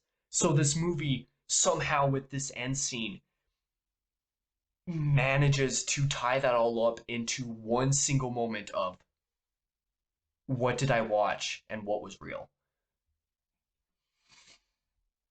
Yeah. And it's so crazy to me. And then I'm just eternally reminded by every single mental institution movie that I see about everything being white. Why do they make everything white in mental institutions? Sensory deprivation does not help people. Yeah, that's fair. As somebody who has had mental disorder problems in my life, being locked in a white room with everything being white would not help. It would not. It would make everything worse. Like, I get that they're trying to do it to, like, prevent negative stimulation, I guess. But there's nothing positive about everything being white. Yeah. Like, if your desk and everything over there was all white, as well as the chair and the walls, I would fucking hate it in here. The fact that there's this a lot of white on my fucking desk, huh? Yeah, like, the fact that there's this backdrop behind me and this brown table here. And the trim at the bottom of these walls being brown. It's the only reason that this room is bearable to be in. Otherwise, everything's fucking white. Oh, dude, my room would make a great fucking mental place. Well, if you padded the walls. Dude, if I padded the walls, I think I could enjoy myself. Fuck. Water's just coming out of my water bottle. Yeah, turned off the light. I know, because it unplugged. Let me just plug my computer back in. I'm not going to plug that back in because it's been in water. Whoops! Holy cow, the lighting changed a lot. Oh well. Well, we're just finishing this up anyway, so whatever. Either way, basically what I'm saying is I can't stand the whiteness in mental institutions, but I find it peaceful. I mean, I can see that, but after a while you just go crazy. I think going crazy would be peaceful. In a certain way. I'm in my own head enough that if I were just in a white room by myself, I think I would do just fine. I would do just fine. I might try it. I might. Lane. I could easily lock myself in this. I take a week off work, hear me out, and just pat the walls. Everything's pretty much white anyways. I just have to change, the doors. Get rid of my fucking little station over there. Yeah, I mean, I could do it. Holy cow, the end of this podcast is a mess. Yeah. Well. Anyways, I'm just going to get into some of my final thoughts about the movie. The craziest part about it to me is how many things it touches upon thematically and conceptually, and how many different conversations about it you can have about so many different aspects. Like I said, like, there's some political subtext. There's a lot of class system subtext that is kind of tied in with politics in some situations. There's plenty to talk about in terms of those. There's a lot to talk about in terms of mental health and insanity, like Arthur delving and diving into deep insanity, especially, beyond the point of not having medication or whatnot, and what's real and what, there's just so much to talk about. And as this 2.5 hour recording turning into probably a 2+ hour podcast is anything to say, there's a lot to talk about. I thought that this was going to be a shorter podcast. We're 2.5 hours into this. Yeah, it's fucked. Are they gonna make a Joker 2? I think they said that they had a sequel in the works. Not long after the movie. How the fuck are they gonna do that? Exactly. This was one thing that I was thinking of, especially after certain later scenes. It's just like, how do you make a sequel to this without ruining some of the thematic elements that you use unless in this movie? It's like with so him much against Batman, like it becomes like a Batman type film. But even then, like, it's almost like you would have to make sure that it's not like a sequel. It's just a movie that takes place in the same universe with the same Joker. Yeah.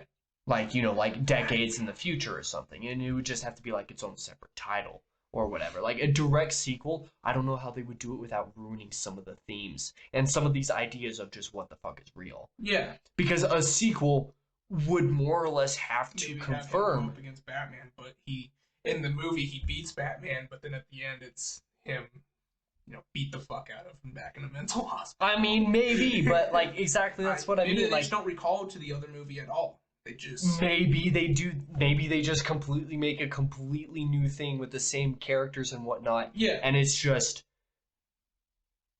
the exact same movie. I think that's how they would have to do it. Is just not recall that other movie. Yeah, at all. Because if they were to, because this is like, I mean, we're getting ahead of ourselves here, but true. If they were to try to make a sequel to this movie and call back to this movie, it would be insanely difficult, if not impossible, to do so without inadvertently confirming whether half of the stuff in this movie is real or not. Which is part of the magic of what makes it so, like, insane to watch. Right. And I mean, maybe that's the point, but at the same time, it's like, do you really want to risk having a sequel that bad?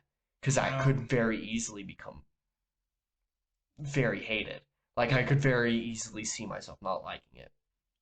So it's like you said, you would almost have to just make a sequel that has absolutely nothing to do with the first movie, except for Joaquin Phoenix's Joker. Yeah. And have it be like, few years in the future or something, when he's like Joker causing shit or something. Yeah. Like having it be a little bit more action. They can go whatever direction they want, but they can't recall back to the movie. Yeah. If they do, it would have to be very carefully. Like they would have to tread that fucking water. Yeah. Because holy shit, it would be like walking on 1/8 of an inch of ice. They would have to make sure that they were like a spider walking on that ice, because otherwise they could easily fuck up everything that makes this movie thematically poignant. It's very hard to determine. If they come out with a second one, I'm definitely interested. Like, the trailer's going to tell us all we need to know. Well, not exactly, but it'll tell us enough to determine whether it's like a sequel or if it's a spin-off sequel. Right. Because I think they would have to go a little bit more in the direction of spin-off sequel than direct. Because if they do it... Or if they call back, maybe maybe I did this, maybe I didn't. Who fucking knows? Like, like he's full-on Joker and he's feeding... in The Dark Knight, he has different ways of how he got his scars. Maybe they call back to it like that. And like I said with Matt Kaufman in Wheel of Time, himself in the second one. Yeah, like maybe he's just a completely untrustworthy narrator, and they go full on into that idea in the second movie and just completely be like, Joker is untrustworthy. You cannot trust anything. That, like in the last movie, this, and happened, but then more into the second movie, it's like, oh no, but this, and this happened. Yeah, exactly. Just like with Dark Knight Joker. They can make a second one. They can make a second one. Like with Dark Knight Joker, having multiple stories for getting his scars. They would have to do that for a second Joker movie, a sequel to this, except with the entire plot of this first movie. Yeah.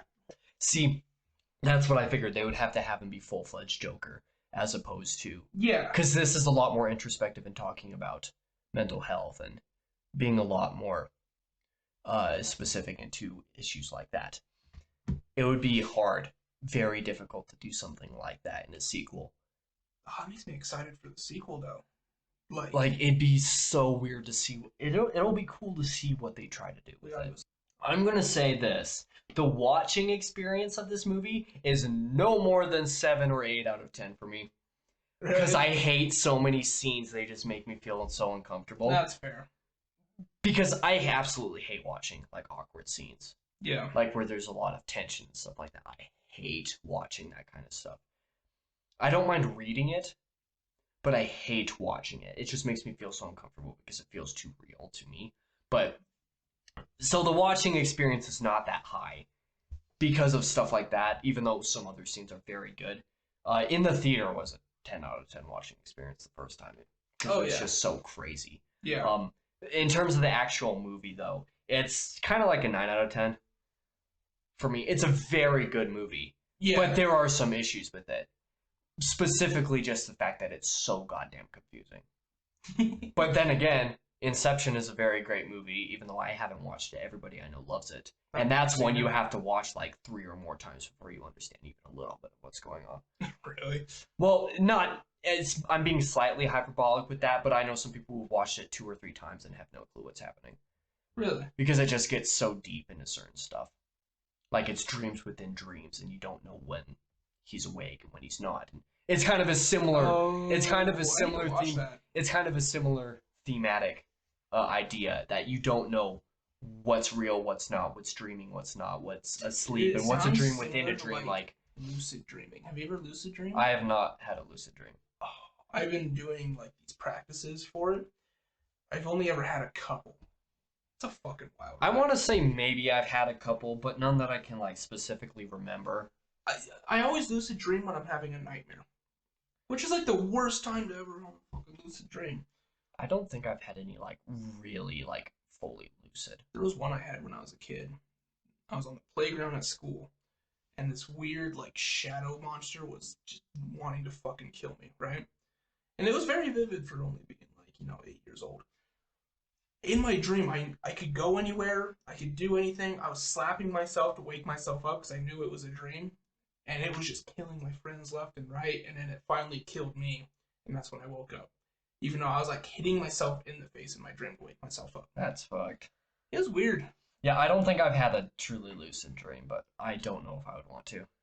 I really want to. I wish I could lucid dream every fucking day. I know some people who have made themselves they can make themselves lucid dream, like they've just learned the technique, and sometimes they do it specifically just to be able to do heinous shit. Yeah. Like, to just kind of release tension. It's just like, I don't know how healthy that is. Like, it's probably really healthy, but also really not. I get to murder a bunch of people and then fuck a bunch of people. I mean, it's a until you think you're in a lucid dream when you're in real life. That's why I had you. You're gonna tell me that I'm not dreaming. After until your lucid dreams become so real that I am actually me in your dream, and I tell you you're not or I tell you you're not dreaming, or that you are dreaming, and then you have no clue whether you're dreaming or not, specifically because I'm me. I will become the meta moment in your dream. I'm gonna stab you and be like, tell me if this hurts. I swear to God, if you stab me in real life, thinking it's a lucid dream, I'm going to... If you attack me back and it actually hurts me, I'll be like, oh, hey, I'm not dreaming. What the fuck is this podcast? Anyways. This movie is great. I'm just going to say Joaquin is up there. 9 out of 10 for sure. Yeah, Joaquin Phoenix is up there with Heath Ledger's Joker, albeit for completely different reasons. Oh, yeah. Heath Ledger's is more performative. Yeah. Joaquin Phoenix's is more realistic. That makes sense, yeah. Like, in terms of 2 different completely categories of what you're trying to accomplish with the Joker character. Especially since Joker isn't really Joker for 90% of this movie, and the 10% of this movie that he is Joker is arguably not even real. Yeah. So... it's amazing. They could have done this movie without bringing it in the DC universe or even Joker. Yeah, it could have been a decent... But because he is... There's a little bit of fan serviciness in that aspect, but also not. Like, because they didn't rely at all on it. Yeah. It was, if anything else, it was only name recognition. True. Because this movie was separate enough. Besides, Bruce's parents being killed in the alley. Yeah. That's basically the only thing that ties into the overall DC timeline that anybody would just recognize. Otherwise, yeah, it's a really good movie. Yeah, it's really crazy. I don't know what else to say. We've been talking about this movie for so long. At the end of this podcast is just a fucking mess, and I am sorry about that. I don't know how I'm going to edit this. Most of the podcast editing experiences are fine. I just listen through and cut out a couple minutes here and there where, there's space or there's things where we go on tangents that don't matter or random stuff. the whole like last hour of this podcast is going to be such a fucking editing experience. I don't even know. I blame myself just as much as I blame you because I'm tired. It's 11 p.m. Fuck. I have work tomorrow. I was hoping to be done recording before 10 by 9:30 if I could. If we were able to start recording by 8, we didn't start recording until 8:30. So, oh my god, I'm dying. Anyways, I'm going to wrap it up there. This is the end of this episode. Check out seasonalproductions.com for a backlog of all the YouTube stuff. And speaking of YouTube stuff, like, subscribe, ring the bell, all the crazy YouTuber shit that people have to say to do anything anymore. That quite frankly doesn't matter. If you want to do anything, go to seasonalproductions.com and bookmark it, where you'll get all the YouTube stuff, as well as my original writing and everything. I have a big-ass forehead. Like, it looks bigger in the video than it is. How does it? Specifically because it's coming from an upper angle. Oh my god, dude, like my whole fucking hand fits on my forehead. Anyways, we're tired. This is the end of the video. I don't frankly care. So, I'm Holden. Oh, I'm Lane. And this has been the Seasonal Podcast, I guess. Goodbye. Oh, I'm tired. I'm exhausted.